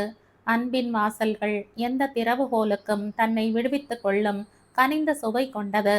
அந்த சின்ன கபோர்டில் தன் சிந்தனைகளை எல்லாம் பூட்டி வைத்தாள். எல்லோரும் உறங்கி இருக்க மகனின் வரவிற்காக அரை தூக்கத்தோடு காத்திருந்தாள் சாந்தா. டிவி ஊமையாய் ஓடிக்கொண்டிருக்க அதில் வந்த நாயகி லதாவின் சாயலில் இருந்தாள். மழுக்கென ஒரு துக்கம் அடி வயிற்றில் இருந்து எழுந்து நடு நெஞ்சை கவ்வியது. 20 வருடம் கடந்த பிறகும் ஏதாவது ஒரு சூழலில் ஏதாவது ஒரு வாய்ப்பில் அவர்கள் நினைவு வந்தால் அந்த முகம் மனதை அறுக்கும். எந்த பந்தத்திற்கான எண்ணிக்கையும் நாட்களை வைத்து தீர்மானம் ஆவதில்லை. ஒரு நொடி தந்த அசைவை ஆயுளுக்கு மனதில் தங்கும் என்பதற்கு அந்த குடும்பமே சாட்சி. கண் முன்னே பூத்து கண் முன்னே கருகி போனது அந்த செடி. அவர்கள் மரணத்திற்கு பிறகு வேறு யாரையும் மறுபடி வாடகைக்கு வைக்கவில்லை. அவர்கள் பொருட்களில் சிலவற்றை மட்டும் பூக்குட்டிக்கு தர வேண்டும் என்று நினைவாக எடுத்து வைத்து கொண்டு மீதமுள்ள பொருட்களை விற்று பூக்குட்டியின் பெயரிலே சேமித்து வைத்தாள் சாந்தா.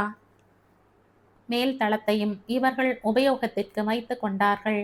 அவர்களை மறந்து வர வெகுவாய் போராடி இருக்கிறாள் தன்னந்தனியாக. தனக்காக காத்திருக்கும் அம்மாவின் தலையில் செல்லமாய் தடவி அன்பு செய்துவிட்டு உடை மாற்றிக்கொண்டு புத்துணர்வாய் சாப்பிட அமர்ந்தான். இட்லி மட்டும் ஆவி பறக்க வந்தது. அதற்கு தொட்டுக்கொள்ள ஒன்றையும் காணோம். சாம்பார் எங்கம்மா? கபோர்டில் இருக்கு. ஆசுவாசமாய் பதில் வர அதிர்ந்து போய் நிமிர்ந்து பார்த்தான். என்னது, சாம்பார் கபோர்டில் இருக்கா? அச்சோ, தப்பா சொல்லிட்டேன். ஃப்ரிட்ஜில் இருக்கு. எதை பார்த்தாலும் எனக்கு கபோர்டாவே தெரியுது கண்ணுக்கு என்றபடி எழுந்து போனார். அப்போது மட்டும் இல்லை, மறுநாள் அவன் எதை கேட்டு கொண்டு வந்து நின்றாலும் அத்தனைக்கும் முந்திக்கொண்டு கபோர்டு தான் வந்து விழுந்தது.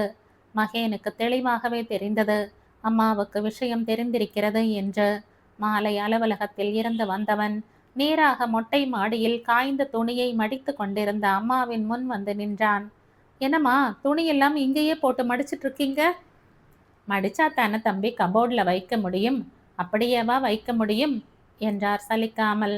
கையை தலைக்கு மேலே உயர்த்தி கும்பிடு போட்டான். அம்மா, தாயே, அந்த கபோர்டு விஷயம் உங்களுக்கு தெரியும்னு எனக்கும் தெரிஞ்சாச்சு. இத்தனை கபோர்டுகளை ஒரு சேர என் தலையில கட்டினா என்னால சுமக்க முடியல, விட்டுடுங்க. சிரிப்பும் சாந்தமும் தவழ மகன் முகத்தை மேற்கொண்டு பேசு என்பது போல் பார்த்து கொண்டிருந்தார். எங்க கம்பெனி நடத்தின மார்க்கெட்டிங் கண்டெஸ்ட்ல பூக்குட்டியோட ஹாஸ்டல் ஓனர் ஜெயிச்சதால அவங்களுக்கு ஒரு பெயிண்டிங் ஆஃபர் இருந்தது. அதுக்காக போன போதுதான் பூக்குட்டியோட ரூமை பார்த்தேன். எதுவுமே இல்லாம அங்க அத்தியாவசிய தேவைகள் கூட நிறைவேற்றிக்க தோணாம அந்த பொண்ணு இருக்கா. நிறைய பேர் இருக்கிற இடம், தனக்கான பொருள்களை பாதுகாப்பா வைக்கிற யோசனை கூட இல்லமா பூக்குட்டிக்கு. அதான் கபோர்டு வாங்கி தந்த. கேட்டு செய்தால் கண்டிப்பா வாங்கிக்க மாட்டா. அதான் வாங்கிக்கிட்டு சொன்ன. எனக்கு இப்படி மறைச்சு செய்ய வேண்டிய ஆசையெல்லாம் இல்லம்மா. ஆனா சொன்னா என் நோக்கத்துல இருந்த நியாயம் புரியுமானும் தெரியல. வெண்மையான மனதை மென்மையாக தாயிடம் வெளிப்படுத்தினான். சாந்தாவிற்கு மனம் பூரித்து போனது. அந்த நிமிஷத்தில் அவருக்கு கனவுகளோ எதிர்பார்ப்போ எதுவும் இல்லை. உண்மையில் அவர் அந்தந்த நிமிஷத்துக்காக வாழ்பவர். திட்டமிட்டு அது கிட்டாமல் போனால் வருத்தமுற்று எதுவுமே அவருக்கு உதவாத கதைதான். கரம் நீட்டி மகனின் தலையை ஆசையாய் கோதி தந்தார். ரொம்ப பெருமையா இருக்கு மகேன். உண்மையை சொன்னா ஒரு பெண்ணுடைய பொறுப்பை சுமக்கிறது சாதாரண விஷயம் இல்லை. அன்பையும் தரணும், பாதுகாப்பையும் தரணும். இது இரண்டையும் அவர்கள் எந்த பார்வையில் உள் வாங்கிக்கிறாங்களோ அதுதான் நாம அவங்களை பொறுத்தவரையில். என்னை பொறுத்தவரை பூக்குட்டிக்கு என்னை புரியும். அதே மாதிரிதான் எனக்கும் பூக்குட்டியை புரியும். நான் வளர்த்த குழந்தையையே புரிஞ்சு வச்சிருக்கும் போது நான் பெத்த குழந்தை உன்னை எனக்கு புரியாதா? முன்னெல்லாம் எனக்கு பிறகு பூக்குட்டிக்கு யார் இருக்கான்னு ஒரு கவலை மனசை அரிச்சுக்கிட்டே இருக்கும். இப்போ இந்த நிமிஷம் நான் இல்லைனாலும் பூக்குட்டியை நீ கவனிச்சுக்குவேன்னு நிம்மதியா இருக்கு. மாடிக்கு சென்ற மனைவியையும் காணோம், தேடி சென்ற மகனையும் காணோம் என்று மேலே வந்த பரமானந்தம் காதில் அந்த கடைசி 2 வரி மட்டும் சரியாக விழுந்தது. நேரம் மணல் கடிகாரத்தில் கீழ் இறங்கிக் கொண்டிருந்தது. கொண்டு வந்து வைத்த சப்பாத்தியை பேருக்கு ஒன்றை சாப்பிட்டுவிட்டு எழுந்து கொண்டார். அவரின் முகத்தில் குறுக்கு மறுக்காய் ஓடிய குழப்ப ரேகையை சாந்தாவும் கவனித்து கொண்டுதான் இருந்தார். இத்தனை வருஷம் சேர்ந்து வாழ்ந்த அனுபவ வாழ்க்கைக்கு அவரால் யூகிக்க மட்டும்தான் முடியும். ஒரு கணவராய் பரமானந்தம் எதையுமே பகிர்ந்து கொண்டதில்லை. கடலில் மேல் எண்ணெய் துளியாய்த்தான் இருவரின் உறவு நிலையும். சாப்பிட்டுவிட்டு போனை எடுத்து கொண்டு போய் வெளியில் அமர்ந்து கொண்டார்.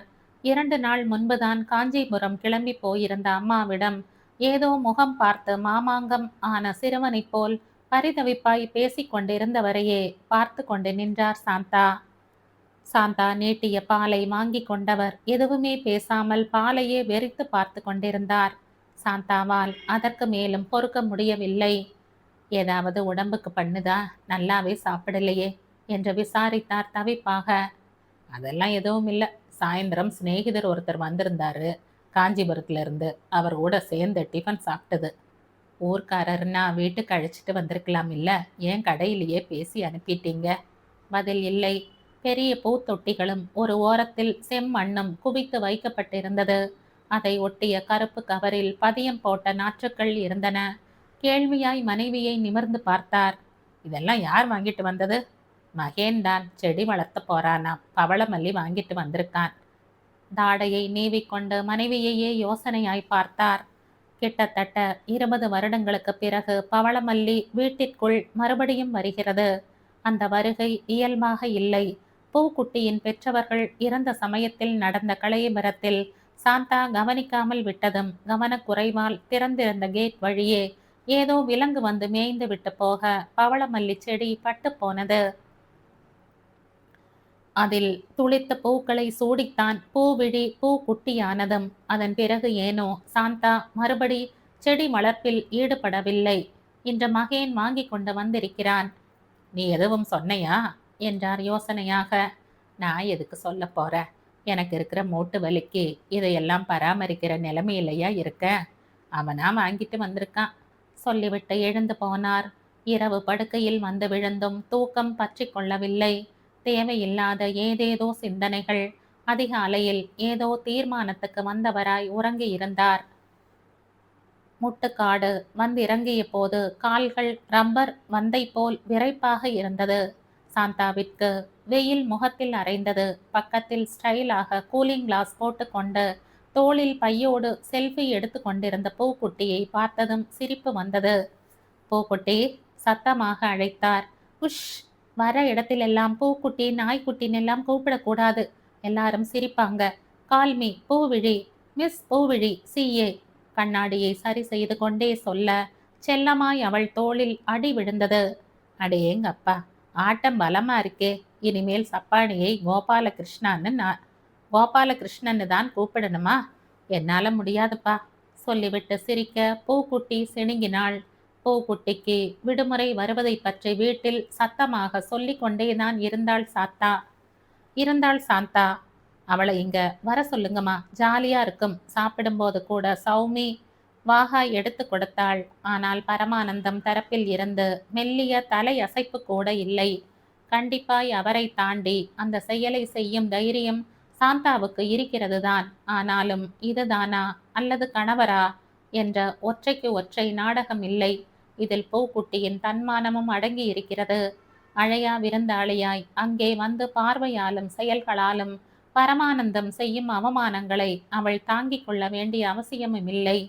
அதற்காக பூக்குட்டியை அனுசரணைக்கு ஏங்க வைக்கவும் பிரியமில்லை. அவர்தான் மகேனிடம் சொல்லி இந்த பிக்னிக்கிற்கு ஏற்பாடு செய்தார். முதலில் சௌமியாவும் வருவதாகத்தான் இருந்தது. கம்ப்யூட்டர் சென்டரில் டெஸ்ட் இருக்கிறது என்று தேங்கிக் கொள்ள இவர்கள் இருவரும் கிளம்பி இருந்தார்கள். பாதுகாப்பான டிராவல்ஸில் பிக்னிக் கேம்ப் ஆரம்பித்திருக்க அதில் மகேன்தான் டிக்கெட் புக் செய்து அனுப்பி வைத்திருந்தான். காலையில் கிளம்பினால் இரவு வந்து விடலாம். நடப்பது என்னவோ ஒரு நாள் கூத்துத்தான். ஆனால் அதற்கான தயாரிப்பு 2 நாளாய் நடந்தது. ஸ்நாக் செய்து வீட்டில் மூவருக்கும் சாதம் கிளறி வைத்து மிச்ச சொச்ச வேலைகளை முடித்து குட்டி பையில் ஒரு நாளுக்கு தேவையான மருந்து மாத்திரைகள் முட்டி வலி தைலம் என்று சேகரித்து பயணத்துக்கு தயாராகும் நிகழ்வே பயணத்தை விட சுவாரஸ்யமானது. இங்கே நடக்கும் ஆர்ப்பாட்டம் எல்லாம் பார்த்து கொண்டேதான் இருந்தார் பரமானந்தம். எதிலும் தலையிடவும் இல்லை, தன்னுடைய கருத்துக்களை பதிவு செய்யவும் இல்லை. எங்கேயோ கிடந்த ஒரு சனியனை தூக்கிட்டு வந்து வளர்த்துட்டு இவ ஆடுற ஆட்டம் போதாதுன்னு இப்ப பிள்ளைகளையும் தன்னோட கட்சியில சேர்த்துட்டு தெரியறா. கடைக்கு வந்ததும் அம்மாவை அழைத்து முதல் வேலையாய் இதை பகிர்ந்து கொண்டார். பிம்பத்துக்கு கனம் கிடையாது, நிஜத்துக்கான நியாயங்களை பிம்பங்கள் அறியாது. பரமானந்தத்தை பொறுத்தவரை சாந்தா மீதான பிம்பம் அந்த மனுஷியின் உண்மையான கனத்தை அறிந்திருக்க நியாயமில்லை.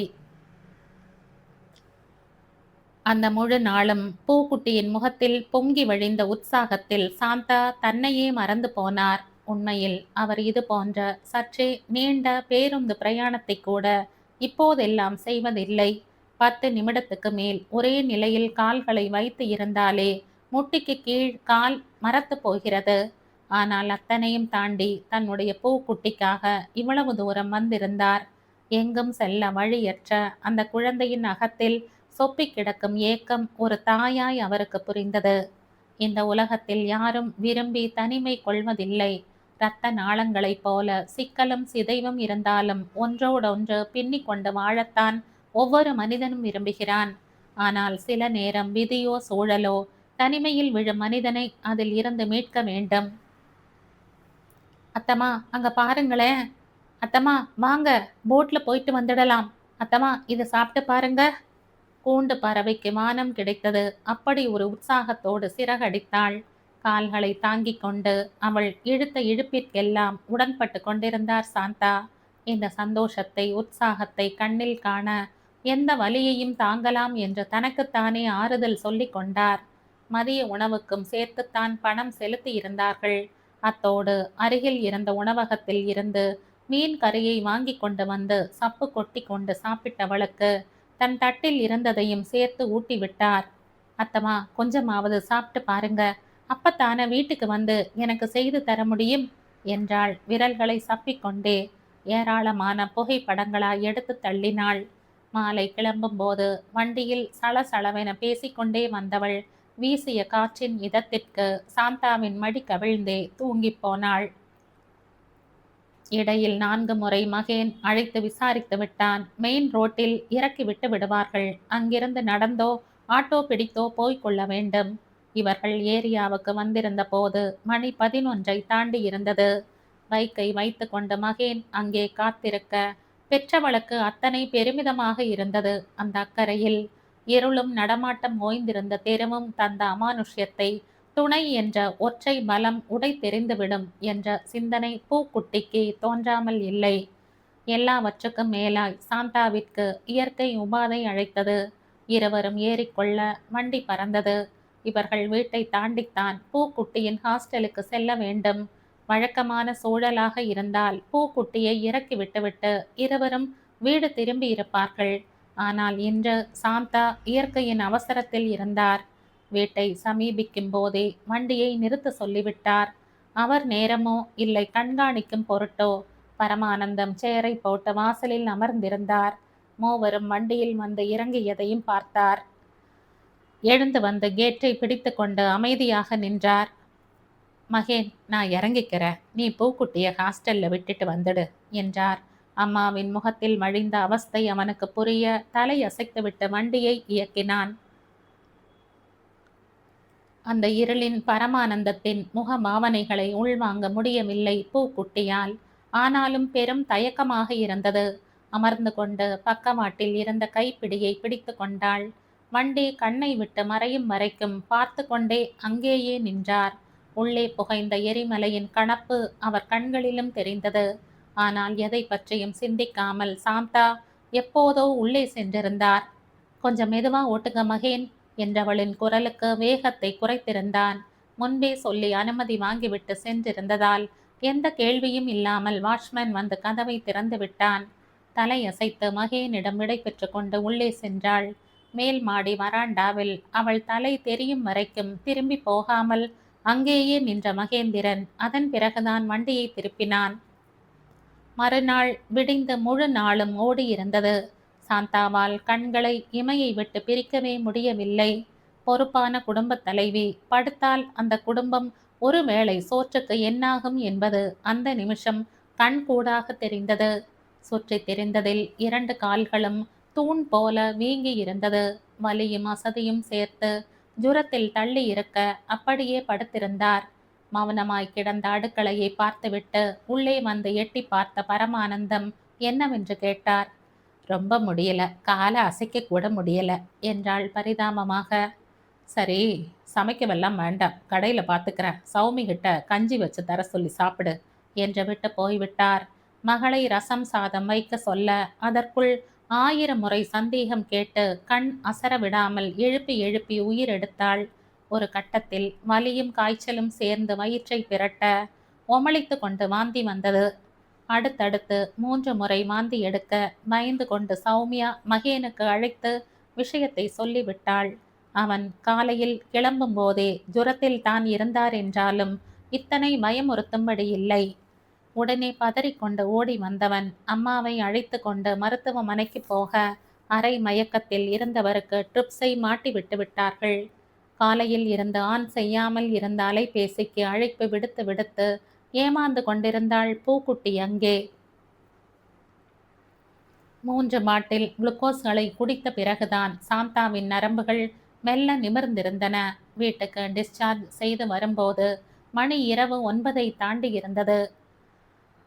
மனைவியின் ஓய்ந்த தோற்றம் பரமானந்தத்துக்கு மனதிற்குள் பெரும் தாக்கத்தை உண்டாக்கி இருந்தது. ஆனாலும் எதுவும் பேசவில்லை. கை தாங்கலாய் அழைத்து கொண்டு வந்து படுக்கையில் படுக்க வைத்தான் மகேன். கோபமாக வந்தது. ஆனால் காரணம் புரியவில்லை. மகள் கொண்டு வந்து வைத்த ரசம் சாதம் வாய்க்கு விளங்காமல் இருக்க வேகமாய் எழுந்து வெளியே போய் உட்கார்ந்து கொண்டார். படுத்து கொண்டே அதை பார்த்த சாந்தாவிற்கு மனம் வெகுவாய் கவலை கொண்டது. அப்பாவுக்கு பால் எடுத்து கொண்டு வந்து நீட்டிய மகேனிடம் அவர் கோபமெல்லாம் திரும்பியது. ஏன்பா சாப்பிடல?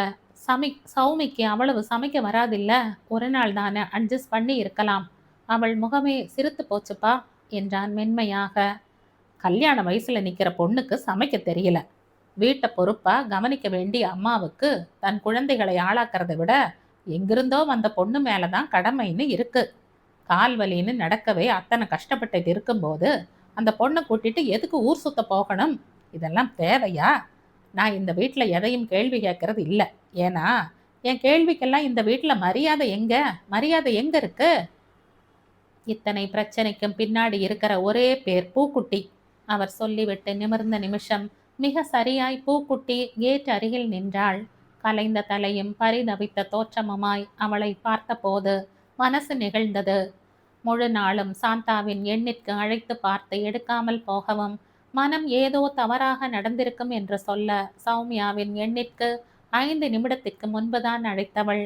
அம்மாவுக்கு முடியல என்ற வார்த்தையை முடிப்பதற்குள் பறந்தடித்து வீட்டுக்கு ஓடி வந்திருக்க அங்கே பரமானந்தத்தின் வார்த்தை முள் அவள் நெஞ்சை கிழித்திருந்தது. என்ன வேணும் என்றார் ஈரம் இல்லாத குரலில். அத்தம்மாக்கு என்னாச்சு என்றாள் தவிப்போடு. உனக்கு அவசியம் சொல்லணுமோ? அவளுக்கு 1008 உடல் உபாதை. அப்படிப்பட்டவளை அழைச்சிட்டு ஊர் சுத்தி இருக்க? இதுவே பெத்த பிள்ளையா இருந்திருந்தா இப்படி செய்யுங்களா? அவர் உக்கிர சொல்லை தாங்க இயலாமல் உதடு கடித்து அழுகையை அடக்கினாள்.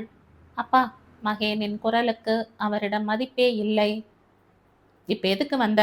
அவளை பார்க்கவா? இல்லை இந்த நேரம் கட்ட நேரத்துல வந்தா தான் திரும்பி போகும்போது என் பிள்ளை கூட பைக்கில் போகலாம்ங்கிற ஆசை இல்லையா? படம் எடுத்த நாகம் ஒரே கொத்தில் உயிர் எடுத்தது போல் இருக்க வீறிட்டு கொண்டு வந்த அழுகையை அடக்க முடியாமல் விசும்பி விசும்பி தெருவில் நின்று அழுதவளை பார்த்து கரையாத கல் மனமும் கரையும். அப்பா, என்ன பேசிட்டு இருக்கீங்க? கோபமாய் கத்திய மகேனை பொருட்டாகவே மதிக்காமல் அவர் உள்ளே செல்ல அழுபவளை தேற்றுவதா அல்லது உள்ளே அழைப்பதா என்று தெரியாமல் நிற்க அதற்கெல்லாம் வாய்ப்பே தராமல் எப்போதோ அங்கிருந்து போயிருந்தாள் பூக்குட்டி. சாந்தா பழையபடி எழுந்து அமர 2 நாட்கள் மொத்தமாய் பிடித்திருந்தது. சாந்தா முடியாமல் படுத்த மறுநாளே விசாலம் வீட்டுக்கு வந்திருக்க சாப்பாட்டு பிரச்சனை முதலில் தீர்ந்தது. ஆனாலும் தாயும் மகனும் மத்தளமாய் கொட்டி கொண்டே இருந்தார்கள். பொறுப்பான குடும்ப பொம்பளை செய்யற வேலையாயுது. எங்கிருந்தோ வந்தவளை கூட்டிட்டு ஊர் சுத்திட்டு இப்ப படுத்து கிடக்க வேண்டியது. மாமியாரின் வார்த்தைகள் எந்த விதத்திலும் சாந்தாவை பாதிக்கவே இல்லை. ஆனால் 2 நாட்களாய் பூக்குட்டியிடமிருந்து கால் வரவே இல்லை. சாந்தா அழைத்த போதும் ஏற்கவில்லை. சாந்தாவின் சிந்தனையில் அது மட்டும்தான் தேங்கி இருந்தது. சௌமியை அழைத்து விசாரித்த போது நடந்ததை சொல்லிவிட்டாள். சாந்தாவின் மனம் பொக்கென்று கீழ் இறங்கிப் போனது. ஆனால் இதைவிட கடுமையான வார்த்தைகளை சந்தித்து பழக்கப்பட்டவருக்கு இதெல்லாம் ஒன்றுமே இல்லை.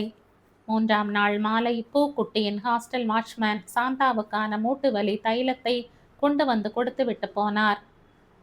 நாளைக்கு கோயிலுக்கு சென்றுவிட்டு பூக்குட்டியை சந்தித்துவிட்டு வர வேண்டும் என்ற மனதில் தீர்மானித்து கொண்டிருந்தார் சாந்தா. வாழ்க்கையின் மீது சின்ன லயிப்பும் அதை நேர்த்தியான நேர்கோட்டில் நகர்த்த விரும்புகிறவர்களுக்கு அதுவே பல சோதனைகளை தருவதுமான உலகத்தை தான் சமூகம் உருவாக்கி வைத்திருக்கிறது. அதிகம் படிக்கவில்லை. சாந்தாவின் உலகமே சின்ன கைப்பிடிதான். ஆனால் கைப்பிடி உலகத்திற்குள் வாழ்பவர்களுக்கு ஆசையும் தேவையும் இருக்கக்கூடாதா என்ன?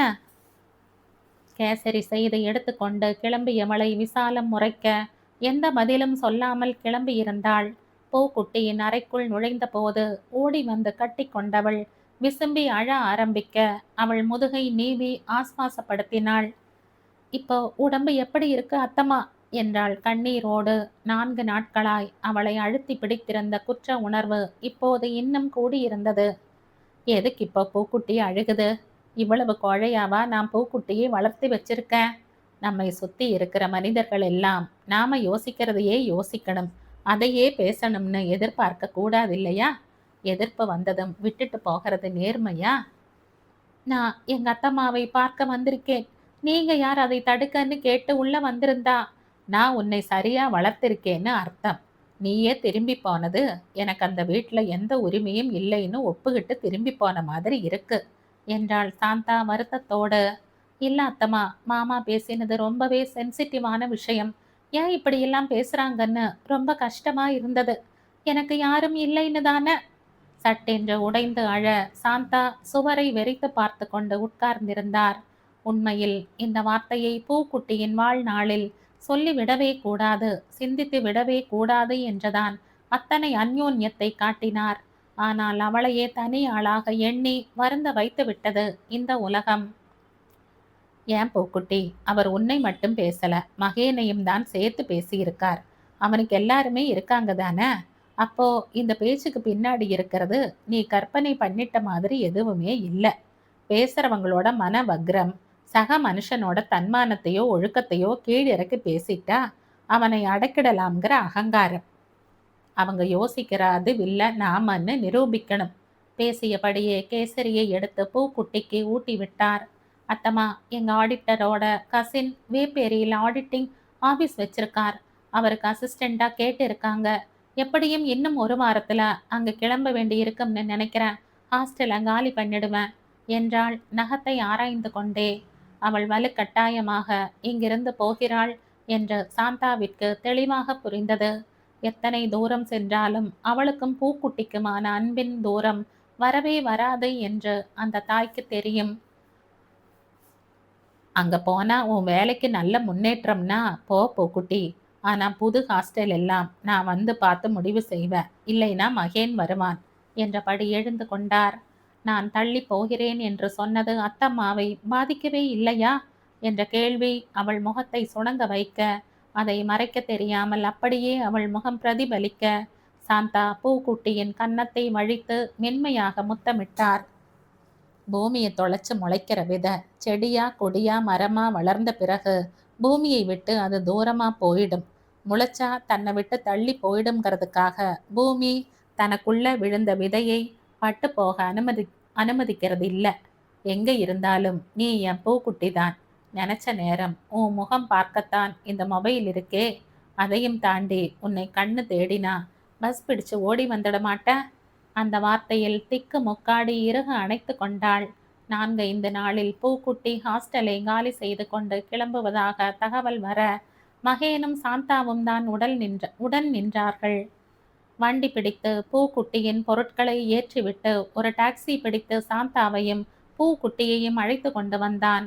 அவர்கள் இருக்கும் இடத்தில் இருந்து கொஞ்சம் தூரம்தான். முன்பிருந்த அறையை விட வசதியான அறையாக இருந்தது.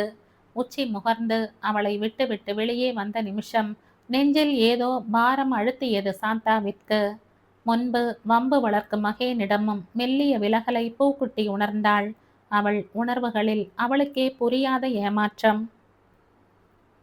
இருவரும் வீடு திரும்பும்போது இரவு நேரமாக இருந்தது. பரமானந்தம் எதையுமே விசாரிக்கவில்லை. இரவு உணவு சாப்பிடும்போது சாந்தாவிடம் சொன்னார், நாளைக்கு பள்ளிக்கரணையிலிருந்து ஒரு இடம் சௌமியை பெண் பார்க்க வர்றாங்க.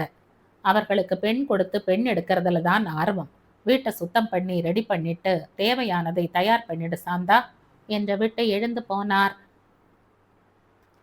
தீ புண்ணை விட அதிகமாய் சுட்டது நாவால் சுட்ட பொன். எத்தனை முயன்றும் தூக்கம் பக்கத்தில் வரவே இல்லை. 30 வருட தாம்பத்தியம், சுகமும் துக்கமும் சேர்த்து கழித்திருக்கிறார்கள். 2 குழந்தைகள் பெற்றிருக்கிறார்கள். ஒரு சம்பிரதாயத்துக்கு கூட அவளிடம் கலந்து பேசவில்லை. மாப்பிள்ளை பற்றிய தகவலை பகிரவில்லை. இத்தனைக்கு பிறகுதான் இத்தனைக்கு பிறகு தான் இங்கே எதற்கு என்ற கேள்வி வருவதை தடுக்க முடியவில்லை. காலையில் காஃபிக்கு பதிலாக கலங்கிய முகமாய் எதிரில் வந்து நின்ற மனைவியை பார்த்த போதும் அவர் எதுவுமே கேட்கவில்லை. அம்மாவும் மகனும் மாலையில் பெண் பார்க்கும் படலத்தின் ஏற்பாடு குறித்து பேசிக்கொண்டிருக்க சாந்தாவின் ஆற்றாமை கோபமாய் மாறியது. மனைவியா ஒரு நாளும் மதிச்சதில்லை நீங்க. ஆனா மனுஷியா ஒரு தாயாய் மதிக்கலாம் இல்ல? வீட்டு வேலைக்கு ஆள் எடுக்கிற மாதிரி என்கிட்ட தகவலை சொல்றீங்க. நான் அவங்க தாய் இல்லையா? அதை பத்தி என்கிட்ட கலந்து பேச வேண்டாமா? ஆதங்கம் கண்ணீராய் வெடிக்க அவசரமாய் கண்களை துடைத்து கொண்டாள்.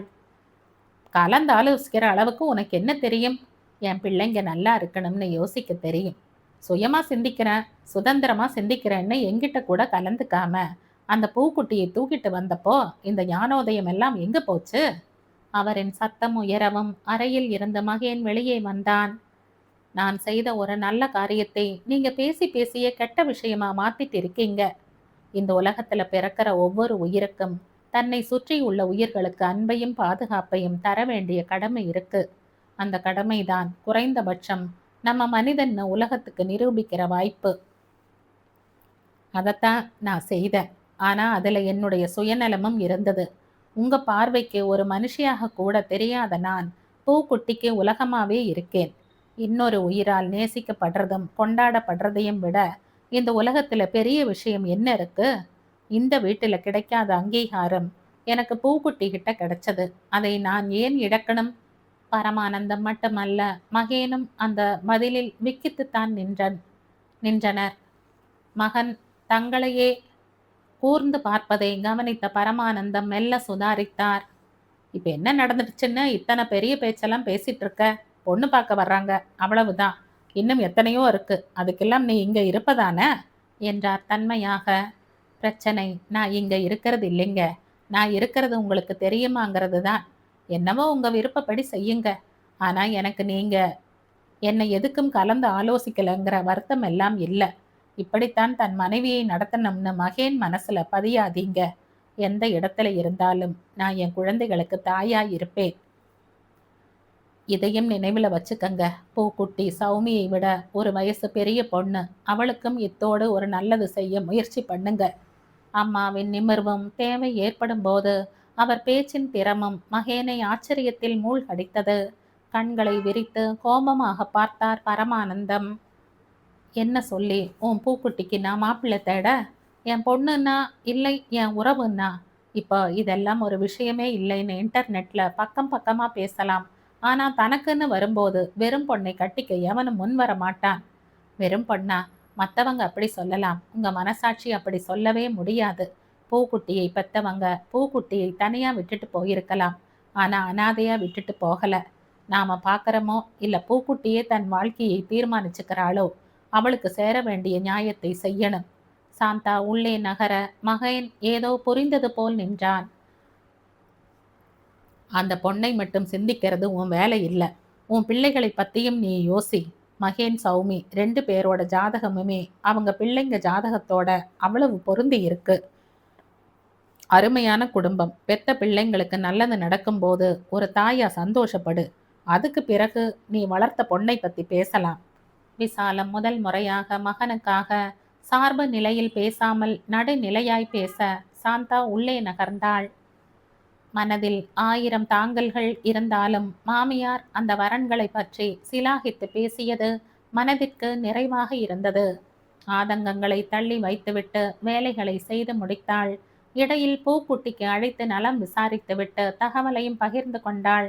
ரொம்ப சந்தோஷமா இருக்கு அத்தம்மா என்ற குரலில் ஏமாற்றம் மறைந்திருப்பது போல் சாந்தாவிற்கு தோன்றியது. ஒருவேளை அந்த ஏமாற்றத்தை அவர் மனம் உணர்ந்ததால் அதையே பூக்குட்டியின் குரலிலும் உணர்ந்தாராய் இருக்கும் போல். சௌமி அலங்காரம் செய்து தயாராவதற்குள் அத்தனை ஆர்ப்பாட்டம் செய்து ஓய்ந்திருந்தாள். இந்த புடவையை கட்டவா, இந்த நகையை போடவா என்று ஒவ்வொன்றுக்கும் அம்மாவை தேடிக்கொண்டு வந்தவளின் முகத்தில் பொங்கிய உற்சாகம் சாந்தாவிற்கும் தொற்றிக் கொண்டது. என்னமோ நிஜம்தான். மாலை 3 கார்களில் வந்து இறங்கி இருந்தார்கள். சௌமியை பார்ப்பதற்காக மாப்பிள்ளையின் தங்கையையும் அழைத்து வந்திருந்தார்கள். ஒரே இடத்தில் 2 ஜோடிகளும் பார்த்து கொள்ள ஏதுவாக இருக்கும் என்று குறை சொல்ல எதுவும் இல்லை. மகள் கண்களில் ததும்பிய பூரிப்பே அதற்கு சாட்சி சொன்னது. கேசரி பதார்த்தம் எல்லாம் அருமையா இருக்கு. பொண்ணோட அம்மாவுக்கு நல்ல சமையல் பக்குவம் இருக்குன்னு தெரியுது.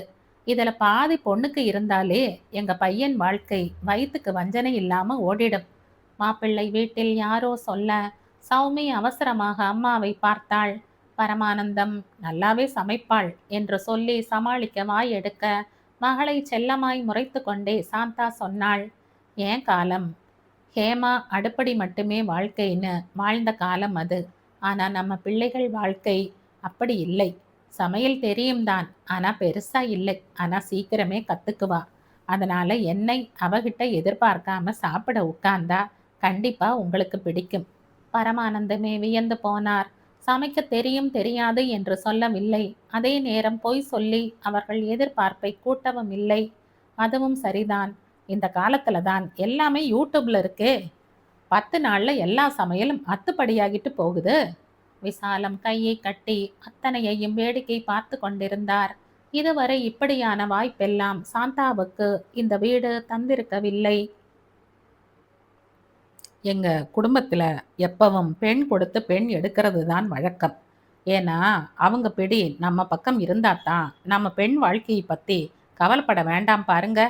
மாப்பிள்ளையின் தந்தை சொன்னது அவ்வளவு ரசிகமடி இல்லை.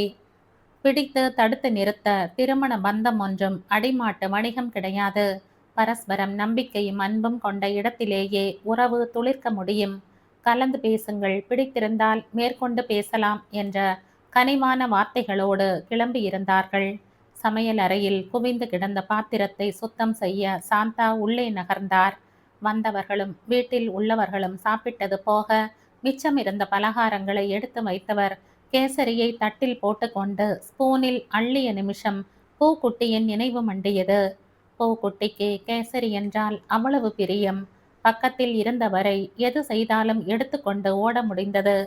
அந்த சிந்தனை வந்த நிமிஷம் ஒரு விள்ளல் கூட உள்ளே இறங்க மறுக்க எல்லாவற்றையும் எடுத்து வைத்துவிட்டு வந்து விட்டார். ஹாலில் மும்முரமாய் பேச்சு நடந்து கொண்டிருந்தது.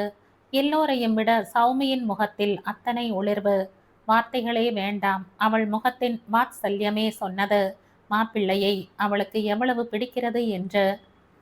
பிள்ளைகளுக்கு மனம் நிறைந்த வாழ்க்கை அமைவதை பார்ப்பதை விட பெற்றவர்களுக்கு வேறென்ன இன்பம் இருந்துவிடப் போகிறது?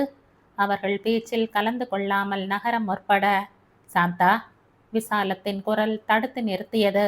சொல்லுங்கத்த, பையனை பிடிச்சிருக்குன்னு சௌமியா சொல்லாம சொல்லிட்டா. மகேன் தனக்கு பெருசா எதுவும் தோணலைன்னு சொல்லிட்டான். நீ என்ன நினைக்கிற? முதன்முறையாக சாந்தாவின் கருத்தை கேட்கிறார்கள். காலையில் அவள் கொட்டிய குமுறல் அவர்கள் மனதை திறந்திருக்கிறது. மகேன் மீது மெல்லிய ஏமாற்றம் படர்ந்தாலும் ஒரு தாயாய் அதை ஏற்றுக்கொண்டார். பெருசா பிடிக்கலைன்னு சொல்ல எதுவும் இல்ல அத்த. கெடுபடியா பேசுறாங்க. அதெல்லாம் பெரிய பிழை இல்லை. மேற்கொண்டு விசாரிச்சுட்டு பேசலாம் என்றாள். மொட்டை மாடிக்கு வந்து ஈசி சேரில் சரிந்த போது மனம் லேசாகவும் இருந்தது, பாரமாகவும் இருந்தது. கண்களை மூடியபடி சிந்தனையில் ஆழ்ந்தபடி அவர் எதிரில் இருந்த பிளாஸ்டிக் ஸ்டூலில் கால்களை நீட்டி இருக்க அந்த கால்களில் பதிந்த மெல்லிய அழுத்தத்தில் கண் திறந்து பார்க்க தரையில் அமர்ந்து அம்மாவின் கால்களை இதமாக பிடித்துவிட்டு கொண்டிருந்தான் மகேன். பெற்றவள் மனம் நெகிழ்ச்சியில் பூரித்தது. என்ன மகேன், பொண்ணு பிடிச்சிருக்கா? மகனின் தலைமுடியை மென்மையாக கலைத்தபடி கேட்க மெல்லிய சிரிப்புடன் சொன்னான். அப்படியும் சொல்ல முடியாது. பொதுவா யாரையும் பிடிக்கல, சரியில்லைன்னு சொல்ல எனக்கு விருப்பம் இல்லம்மா. நமக்கு விருப்பம் இல்லைன்னு வேணும்னா சொல்லலாம். சரி சொல்லுங்க, உங்களுக்கு பிடிச்சிருக்கா? கூர்மையாய் கண்களை பார்த்து கேட்டான். ஏதோ ஒரு ஆகாய விமானம் வானத்தின் அடி வயிற்றில் கீறல் போட்டுக்கொண்டு தூரமாய் பறந்தது. உனக்கு பிடிச்சா எனக்கும் பிடிக்கும் மகேன் என்றாள் பேரன்போடு. உங்களுக்கு பிடிச்சதெல்லாம் எனக்கும் பிடிக்குமா என்றான் வார்த்தைகளில் அழுத்தம் கூட்டி. சாந்தா அமைதியாக இருந்தார். அம்மாவின் பாதம் எடுத்து மடியில் வைத்து தைலத்தை எடுத்து கால்களில் இதமாய் தடவி விட்டான். என்னம்மா யோசனை? பூக்குட்டியை பத்தி மகேன். பக்கத்துல இருக்கிற வரைக்கும் வீட்டுல ஏதாவது செய்தா எடுத்துக்கிட்டு ஓடுவேன். ரொம்ப தள்ளி போயிட்டா. உனக்கு தெரியுமா, ஸ்வீட் பலகாரம் வீட்டு சாப்பாடுன்னா அவளுக்கு அவ்வளவு இஷ்டம். சட்டென்ற குரல் உடைந்து போனது. அது என்ன, பூக்குட்டியை நினைக்கும் போதெல்லாம் அம்மா அழுகிறாள் என்று சின்ன பொறாமையாக இருந்தது. போட்டு தரீங்களா? நான் போய் கொடுத்துட்டு வரட்டுமா என்று கேட்டவனுக்கு அவசரமாக மறுத்து தலையசைத்தார். அப்படி என்ன பூக்குட்டி ஸ்பெஷலாம் பெத்த பிள்ளைங்களை விட? கேலியாய் கேட்க சாந்தாவின் கண்கள் பளபளத்து போனது. பெத்த பிள்ளைங்களை விட இல்ல, பெத்த பிள்ளைங்களுக்கு சமமான்னு சொல்லு மகேன். இந்த வீட்டில் எல்லாரும் கெட்டவங்க, பூக்குட்டி மட்டும் நல்லவன்னு நான் சொல்ல மாட்டேன். ஆனா இந்த உலகத்துல யாருமே தராத நம்பிக்கை, இடம், முக்கியத்துவம் பூக்குட்டி எனக்கு தந்திருக்கா. அந்த அன்பு எனக்கு அவ்வளவு நேர்மறையா இருந்தது. நான் பெற்ற பிள்ளைங்க மட்டுமல்ல, பூக்குட்டியும் என் பொறுப்புங்கிற சிந்தனை எனக்கு உத்வேகத்தை தந்தது. ஒரு வகையில இது ஒரு நன்றி கடன். பூக்குட்டி அப்பா கொடுத்த பணத்துக்கு நாம தான் உத்தரவாதி. அந்த பணத்தை வச்சுத்தான் கடையை உங்க அப்பா விரிவாக்கினார். உன் அப்பா கெட்டவர் இல்ல, சராசரி. இன்னும் ஆராய்ந்து சொல்லணும்னா சந்தர்ப்பவாதி. நாம திருட மாட்டோம், ஆனா வழியில பணத்தை கண்டெடுத்தா இது என்னோடது இல்லைன்னு நேர்மையா போலீஸில் ஒப்படைப்பது ஒரு ரகம். என் பக்திக்கு கடவுள் தந்த பரிசுன்னு வீட்டுக்கு எடுத்துட்டு வர்றது இன்னொரு ரகம். உன் அப்பா அதில் இரண்டாவது ரகம். விரக்தியாய் சிரித்தாள். இந்த பண விஷயம் மகேனுக்கு புதிதுதான். பூக்குட்டிக்கு நல்லது செய்யணும் மகேன். அந்த பணம் எல்லாம் ஒரு விஷயமே இல்லை. அவளால இதை விட அதிகமா சம்பாதிக்க முடியும். அவளுக்கு தேவை அனுசரணை, பாதுகாப்பு. சாந்தா கண்களை மூடிக்கொண்டார். இமைக்காமல் பார்த்தான். உங்க பூக்குட்டிகிட்ட ஏதாவது கேட்டு இருக்கீங்களாமா என்றான் மாறிய குரலில். இமைகள் திறந்திருந்தாலாவது அவன் முகமும் குரலும் புரிந்திருக்கும். ஏன் கேட்காம? எவ்வளவோ கேட்டிருக்க. அது எத்தனை பெரிய விஷயமா இருந்தாலும் எனக்காக செய்வா. முகம் முழுக்க பெருமிதம் மிளிர்ந்தது சாந்தாவிற்கு. பிடித்து கொண்டிருந்த கால்களை விட்டு விட்டு அம்மாவை பார்த்தான். அந்த உரிமையை ஏமா என்கிட்ட எடுத்துக்க மாட்டேங்கிறீங்க? எனக்காக இதை செய்யணும் ஏமா உங்களால எனக்கு ஆர்டர் போட முடியல? இந்த வீட்டுல உங்களுக்கான இடத்தை யாரும் சரியா தரலைன்னு சொல்றேன். நீங்க உங்க பிள்ளைங்க மேல உங்களுக்கு இருக்கிற உரிமையை ஏமா புரிஞ்சுக்கல? மறுபடியும் சொல்றேன், உங்களுக்கு என்ன பிடிக்குமோ அது எனக்கும் பிடிக்கும் என்றவன் விருட்டனை எழுந்து போய்விட்டான். சாந்தா சிலையாக அமர்ந்திருந்தாள். விடியல் உக்கிரமான வெயிலோடு ஆரம்பித்திருந்தது. ஜாக்கிங் முடித்துவிட்டு வந்தவன் நன்றாக உயிர் பிடித்து துளிர்க்க தொடங்கிய பவள மல்லிக்கு நீர் ஊற்றினான். காஃபியோடு வாசல் படியில் வந்தமர்ந்த விசாலம் பேரனை பார்த்து கொண்டே இருந்தார். கண்ணுக்கு லட்சணமாய், கம்பீரமாய், அதே நேரம் பொறுப்பானவன். அந்த விஷயத்தில் விசாலத்துக்கு மகேந்திரன் அவன் தாத்தாவை ஒத்திருப்பதாய் மனம் பூரிக்கும். காப்பி குடிச்சிட்டியா மகேந்திரா? பாட்டியின் குரலுக்கு முகம் நிமிர்த்தியவன் அடுத்த நொடியே ஒரு புன்னகையை இதழ்களில் இருந்து விடுவித்தான். குடிக்கணும் பாட்டி, இந்த செடிகளை மேற்பார்வை பார்த்துட்டு வந்துடுறேன் என்றவன் 10 நிமிடத்தில் அருகில் இருந்த பைப்பில் கை கழுவிக்கொண்டு பாட்டி அருகில் அமர்ந்தான். கிழக்கு பார்த்த வீடு என்பதால் சூரிய கதிர்கள் நேரடியாக அவர்கள் முகத்தில் முத்தமிட்டது. பாட்டியின் முகத்தில் தெரிந்த குழப்பத்தை பார்த்தவன் மென்மையாக பாட்டியின் கைகளை பற்றி கொண்டான். என்னாச்சு பாட்டி, முகம் சரியா இல்லையே? அது இருக்கட்டும், உனக்கு பெண்ணை பிடிச்சிருக்கா? எனக்கு என்னவோ ஒட்டடை கொம்பு மாதிரி தோணுச்சு. கழுத்தை ஒடிக்க மகேனுக்கு அப்படி ஒரு சிரிப்பு. அது ஒட்டடை கொம்பு இல்லம்மா, ஸ்லிம். இப்பெல்லாம் இப்படி இருக்கத்தான் பொண்ணுங்க விரும்புறாங்க. ஸ்லிம் ஆம் ஸ்லிம். கஞ்சிக்கு செத்த மாதிரி இருக்கு. விசாலம் நொடித்து கொள்ள மகேன் வாய்விட்டு சிரித்தான். சிரிச்சது போதும் மகேன். உண்மையாவே உனக்கு அந்த பெண்ணை பிடிச்சிருக்கா? அந்த குரலில் எதையோ அறியும் ஆர்வம். அனிச்சையாய் மகேனின் கண்கள் பவளமல்லி செடியை தொட்டு மீண்டது.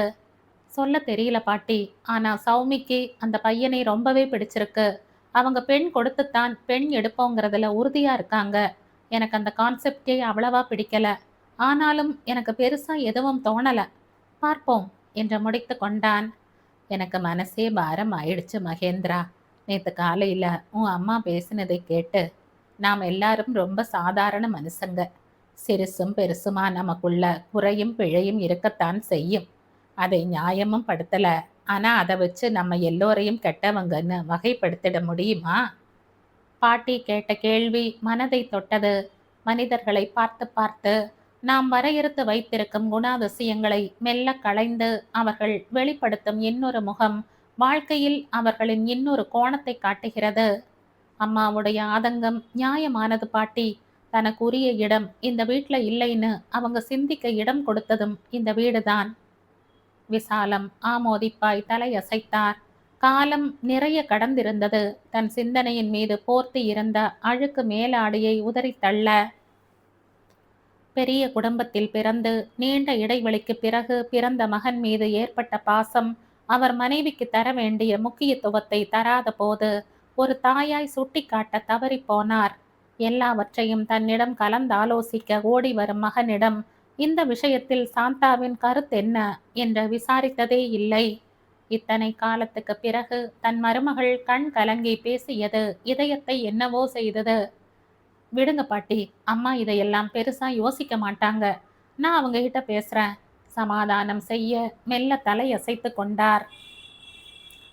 குளித்து முடித்து வெளியே வந்த பரமானந்தம் அம்மாவின் அருகில் அமர்ந்து ஏதோ சொல்ல ஹாலுக்கு வந்த சாந்தா அவர்கள் வார்த்தைகளுக்கு காது தராமல் வழக்கம் போல அங்கிருந்து நகர்ந்தார்.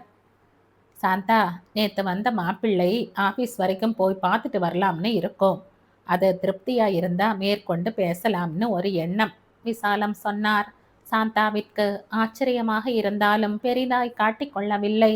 நல்லது அத்தை. நீயும் கிளம்பி வர்றியா? டாக்ஸியில தான் போறோம். இல்ல அத்தை, நீங்க போயிட்டு வாங்க. எல்லாம் சரியாய் வந்தால் அடுத்த முறை போகலாம். எந்த மன ஒதுக்கமும் இல்லாமல் சொன்னார். மாப்பிள்ளை தணிக்கை அதிகாரியாயிருக்கிறான். பெரிய பெரிய நிறுவனங்களின் கணக்குகளை பார்க்கிறான் என்று சொல்லி இருந்தார்கள். வேப்பேரி மெயின் ரோட்டை தாண்டி உள்ளே இருந்த கிளை சாலையில் 3 மாடி கட்டிடத்தில் அவர்கள் அலுவலகம் இருந்தது. முன்கூட்டியே சொல்லிவிட்டு எல்லாம் வரவில்லை. பக்கத்தில் யாரை பார்க்கவே வந்தது போல் வந்து சேர்ந்திருந்தார்கள். முதல் தளத்தில் அவர்கள் அலுவலகமும் கீழ்த்தளத்தில் பியூட்டி பார்லரும் இருந்தது. சின்ன யோசனையுடன் இருவரும் மாடி ஏற ஏதோ ஃபைலுடன் எதிரில் வந்து நின்ற பூக்குட்டியை பார்த்து இருவரும் விழிகளை விரித்தனர். பூக்குட்டி, நீ எங்க இங்க? விசாலம் கேட்டார். இங்கதான் பாட்டி, நான் இப்ப வேலை செய்யறேன். ராஜேஷ் கிட்டையா? அவர்தான் சௌமிக்கு பார்த்திருக்கிற மாப்பிள்ளை. ஓ, ரொம்ப சந்தோஷம். மேல வாங்க. முகம் மலர அழைத்து போனாள். அவளுடைய அறையில் அமர வைத்தாள். ராஜேஷ் எப்படி குணத்துல? நான் இங்க 2 மாசமா தான் பாட்டி இருக்கேன். ஆனா இவருடைய கசின் ஆபீஸ்ல வேலை பார்த்திருக்கேன். அப்பவே சாரை தெரியும். நார்மல் பர்சன் தான். ரொம்ப கோபம் எல்லாம் வராது. முகம் மலர்வாய் சொன்னாள். இவர் தங்கையை மகேந்திரனுக்கு கொடுக்க ஆசைப்படுறாங்க. அந்த பொண்ணு எப்படி? விசாலம் சொல்லிவிட்டு பூக்குட்டியின் முகத்தை கூர்ந்து பார்த்தார். அதில் துளி கூட வெளிச்சம் குறையவில்லை. கீழே பியூட்டி பார்லருக்கு வரும்போது இங்க வருவாங்க. அதிகம் தெரியாது பாட்டி. இங்க நிறைய நாளா வேலை பார்க்குறவங்க. யாரையாவது அழைச்சிக்கிட்டு வரட்டுமா என்றபடி எழ விசாலம் கைகளை பற்றி அமர வைத்தார். கொஞ்ச நேரம் இங்க இருக்கும். கேட்டா உன்னை பார்க்க வந்ததா சொல்லு. தலையசைத்தவள் வெளியில் போய் விசாலத்துக்கு காஃபியும் பரமானந்தத்துக்கு ஜூஸும் வாங்கி கொண்டு வந்தாள். அலுவலகத்தை ஆராய்ந்து அங்கிருந்த சிலரிடம் பொதுவாய் விசாரித்துவிட்டு கிளம்பிய போது ராஜேஷும் அவன் தங்கையும் வந்து சேர இங்கே அவர்களை கண்டவன் கண்களில் மெல்லிய அதிருப்தி. ஒரு புன்னகை தலையசைப்போடு அவன் தங்கை ஒதுங்கி நிற்க மெல்லிய ஏமாற்றம் இருவருக்கும். சட்டென்ற சூழ்நிலையை சுதாரித்த பூக்குட்டி அடர்த்தியான புன்னகையோடு ராஜேஷிடம் சொன்னாள். சார், இவங்க என் கார்டியன். நான் புது இடம் மாறும்போது இவங்களால வர முடியல. இப்ப என்னை பார்க்கறதுக்காக வந்திருக்காங்க என்றாள். ராஜேஷின் முகம் இயல்புக்கு மாறியது. இருவரையும் தன்னுடைய கேபினுக்கு அழைத்து போனான்.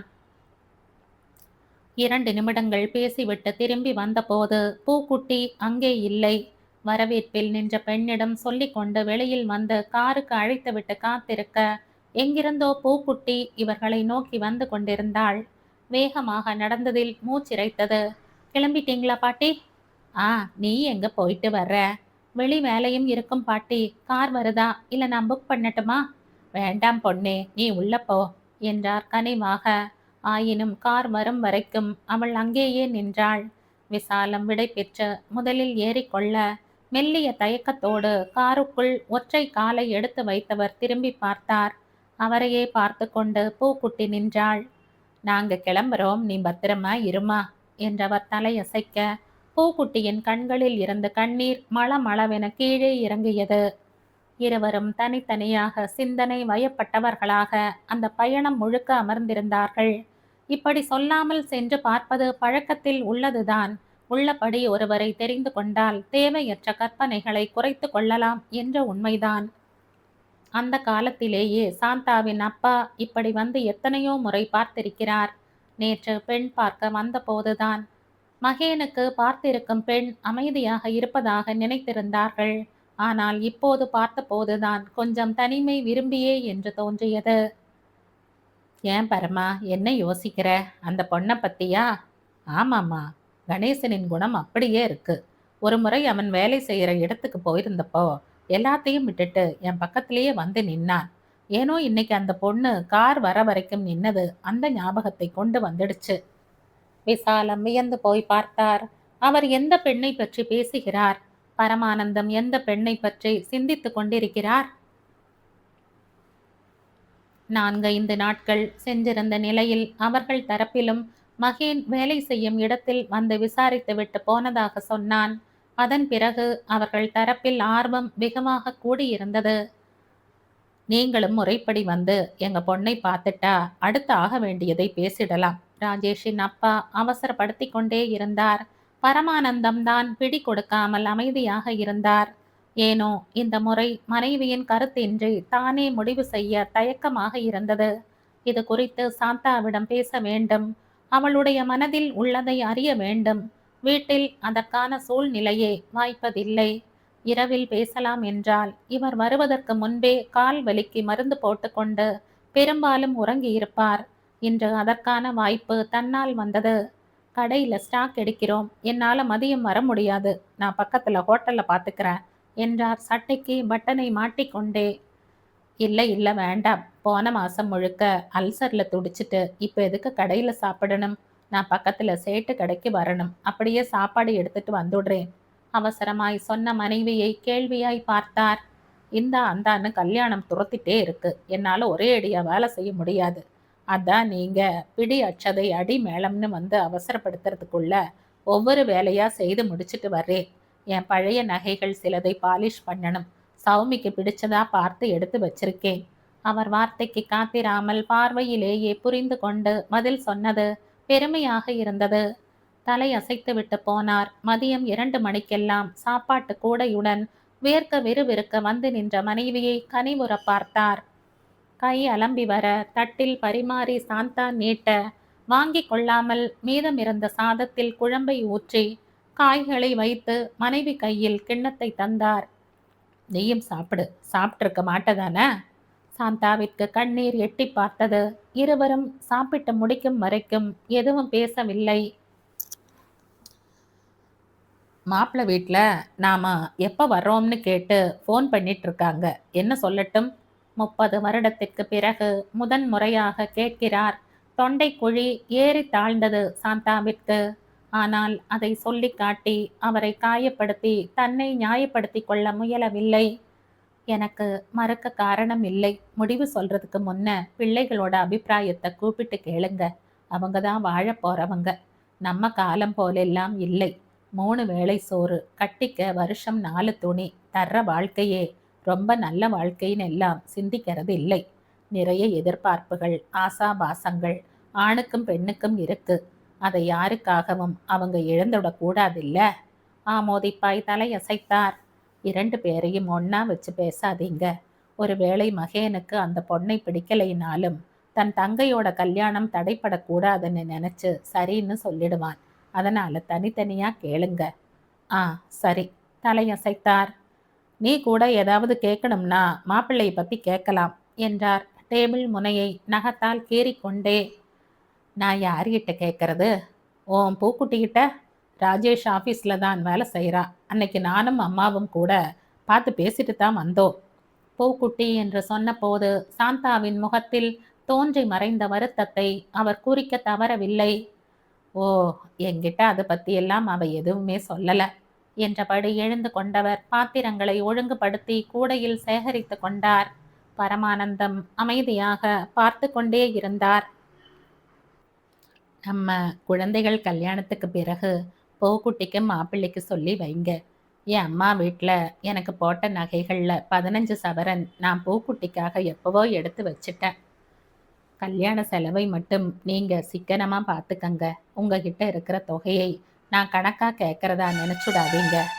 அதை அடிக்கடி உங்களுக்கு நான் ஞாபகப்படுத்தினது கூட அந்த பணம் பூக்குட்டி பெத்தவங்க நமக்கு தந்தது. அதன் மீதான பொறுப்பு நமக்கு ரொம்ப அதிகம்.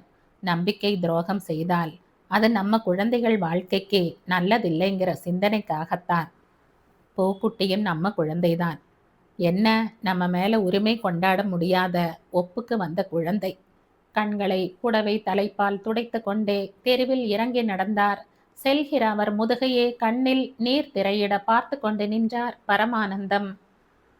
மாலை காற்றில் குளிர் கணிசமாக ஏறி இருந்தது.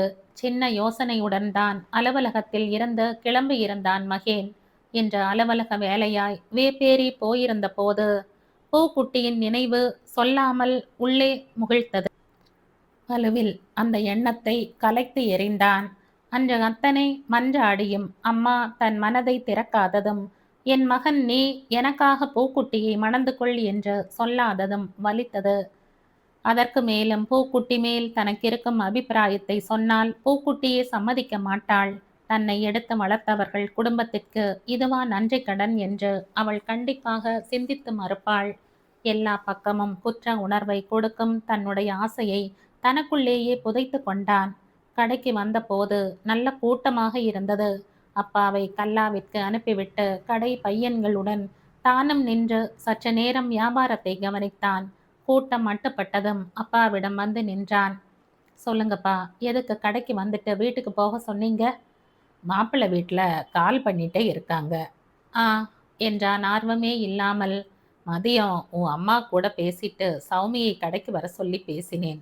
அதான் உன் அபிப்பிராயத்தையும் தெரிஞ்சுக்கலாம்னு இங்கே வர சொன்னேன் என்றார் மகனின் கண்களை பார்த்தபடி. எனக்கு தனியாக அபிப்பிராயம் எதுவும் இல்லைப்பா. உங்களுக்கெல்லாம் பிடிச்சிருந்தா முடிவு செய்திடுங்க. அவ்வளவுதானா? சௌமிக்கும் அந்த பையனை ரொம்பவே பிடிச்சிருக்கு. அவங்க கான்செப்டே பெண் கொடுத்து பெண் எடுக்கிறது தானே. மென்மையாக சிரித்தான். அவ்வளவுதானா மகேன்? மறுபடியும் அழுத்தமாக கேட்டார். இந்த முறை மகேன் மெல்லிய படபடப்புடன் அப்பாவை நிமிர்ந்து பார்த்தான். ஜாவை திறந்து ஒரு பழுப்பு கவரை அவன் முன் எடுத்து வைத்தார். பொண்ணு போட்டோ ஜாதகம் எல்லாம் அனுப்பி இருக்காங்க. நீயும் பார்த்துட்டு எடுத்துட்டு போ, அம்மாவுக்கும் காட்டு. ஏற்கனவே பார்த்த பொண்ணுதானே, அப்புறம் போட்டோ எதுக்குப்பா என்றான் அலுப்பாக. இது முறைப்படி அனுப்பியிருக்காங்க. ஒரு போட்டோவை பார்க்கறதுல என்ன கஷ்டம்? பரமானந்தம் கடிந்து கொள்ள சலிப்போடு கவரை பிரித்து பார்த்தான். பூக்குட்டியிடம் பேசிக் கொண்டிருக்கும் போதே உற்சாகமாய் உள்ளே நுழைந்த மகேனை பார்த்ததும் இணைப்பை துண்டித்துவிட்டு சாந்தா எழுந்து வந்தாள். கையில் இருந்த கவரை அம்மாவிடம் தந்துவிட்டு கைகளை கட்டி கொண்டு நின்றான். என்ன என்பது போல் சாந்தா புருவத்தை உயர்த்த அவனும் அதே பாணியில் திறந்து பாருங்கள் என்று சைகை செய்தான். திறந்து பார்த்தவள் கண்கள் மலை போல விஸ்தீரணமாய் விரிந்தது. அந்த தவிப்பை தத்தளிப்பை இமை கொட்டாமல் பார்த்து கொண்டு நின்றான் மகேன். மகேன், இது அப்பா எனக்கு பார்த்திருக்கிற பொண்ணு பிடிச்சிருக்காமா? கண்கள் முழுக்க அன்பும் குறும்புமாய் கேட்க கையில் இருந்த பூக்குட்டியின் புகைப்படத்தை நெஞ்சோடு அணைத்தபடி மகனை அணைத்து கொண்டு ஆனந்தத்தில் கதறி அழ ஆரம்பித்தாள் சாந்தா. மகளிடம் பேசிய பிறகுதான் சௌமிக்கு அந்த மாப்பிள்ளையை பிடித்திருக்கிறது என்பதை தாண்டி பெரிதாய் கற்பனை இல்லை என்பது புரிந்தது. பூக்குட்டி விஷயமா? முதலில் சௌமியிடம் அபிப்பிராயம் கேட்டபோது அவள் அடைந்த மகிழ்ச்சியை பார்த்து வியந்து போனார். அவள்தான் இந்த சித்து விளையாட்டு எல்லாம் மேற்படி செய்தது. அவள் மொபைலில் இருந்த பூக்குட்டியின் புகைப்படத்தை பக்கத்தில் இருந்த கடையில் பிரிண்ட் போட்டு அதை அண்ணன் மூலம் அம்மாவிடம் சேர்ப்பிக்க செய்தவள். பரமானந்தம் மாப்பிள்ளை வீட்டுக்கு அழைத்து பெண் கொடுத்து பெண் எடுப்பதில் உடன்பாடு இல்லை. சௌமி ராஜேஷ் திருமணம் என்றால் தங்கள் தரப்பில் சம்மதம், அனைவரிடமும் கலந்து ஆலோசித்துவிட்டு சொல்லுங்கள் என்ற முடிவை அவர்களிடமே விட்டுவிட்டார். இன்னும் ஒரு வாரம்தான் இருக்கிறது திருமணத்திற்கு. இன்று பொங்கல், நல்ல நேரம் பார்த்துத்தான் பூக்குட்டியை அழைத்து வர வேண்டும் என்று கண்டிப்பாக சாந்தா சொல்லியிருக்க தலையை ஆட்டிக்கொண்டிருந்த பரமானந்தம் சத்தம் போடாமல் போய் பூக்குட்டியை அழைத்து வந்து விட்டார். ஏண்டா, அவர் பூக்குட்டியை கூப்பிட போறார்னு உனக்கு தெரிஞ்சும் என்கிட்ட சொல்லல பாத்தியா? மகேனை முறைக்க அவன் தட்டில் கொட்டி வைத்திருந்த முந்திரி திராட்சையை எடுத்து வாயில் போட்டபடியே அம்மாவை பார்த்தான். ஏமா சொல்லணும்? 1000 இருந்தாலும் அப்பாதாம்மா நல்லவர். நான் சொல்லாமையே என் ஆசையை நிறைவேற்றி வச்சவர். நீங்க சுத்த வேஸ்ட்டுமா. இனி நான் எப்பவும் அப்பா பிள்ளைதான். முறுக்கிக் கொண்டு ஓடிய மகனை பார்த்து சிரித்து கொண்டார். பட்டுப்புடவை சரசரக்க வீடு முழுக்க சௌமியோடு சிரிப்பும் பேச்சுமாய் திரிந்த பூக்குட்டியை பார்க்க கண்கள் நிறைந்தது. பிறந்த நாளுக்காக பூக்குட்டி வாங்கி தந்த பட்டு புடவையைத்தான் கட்டியிருந்தார் சாந்தா.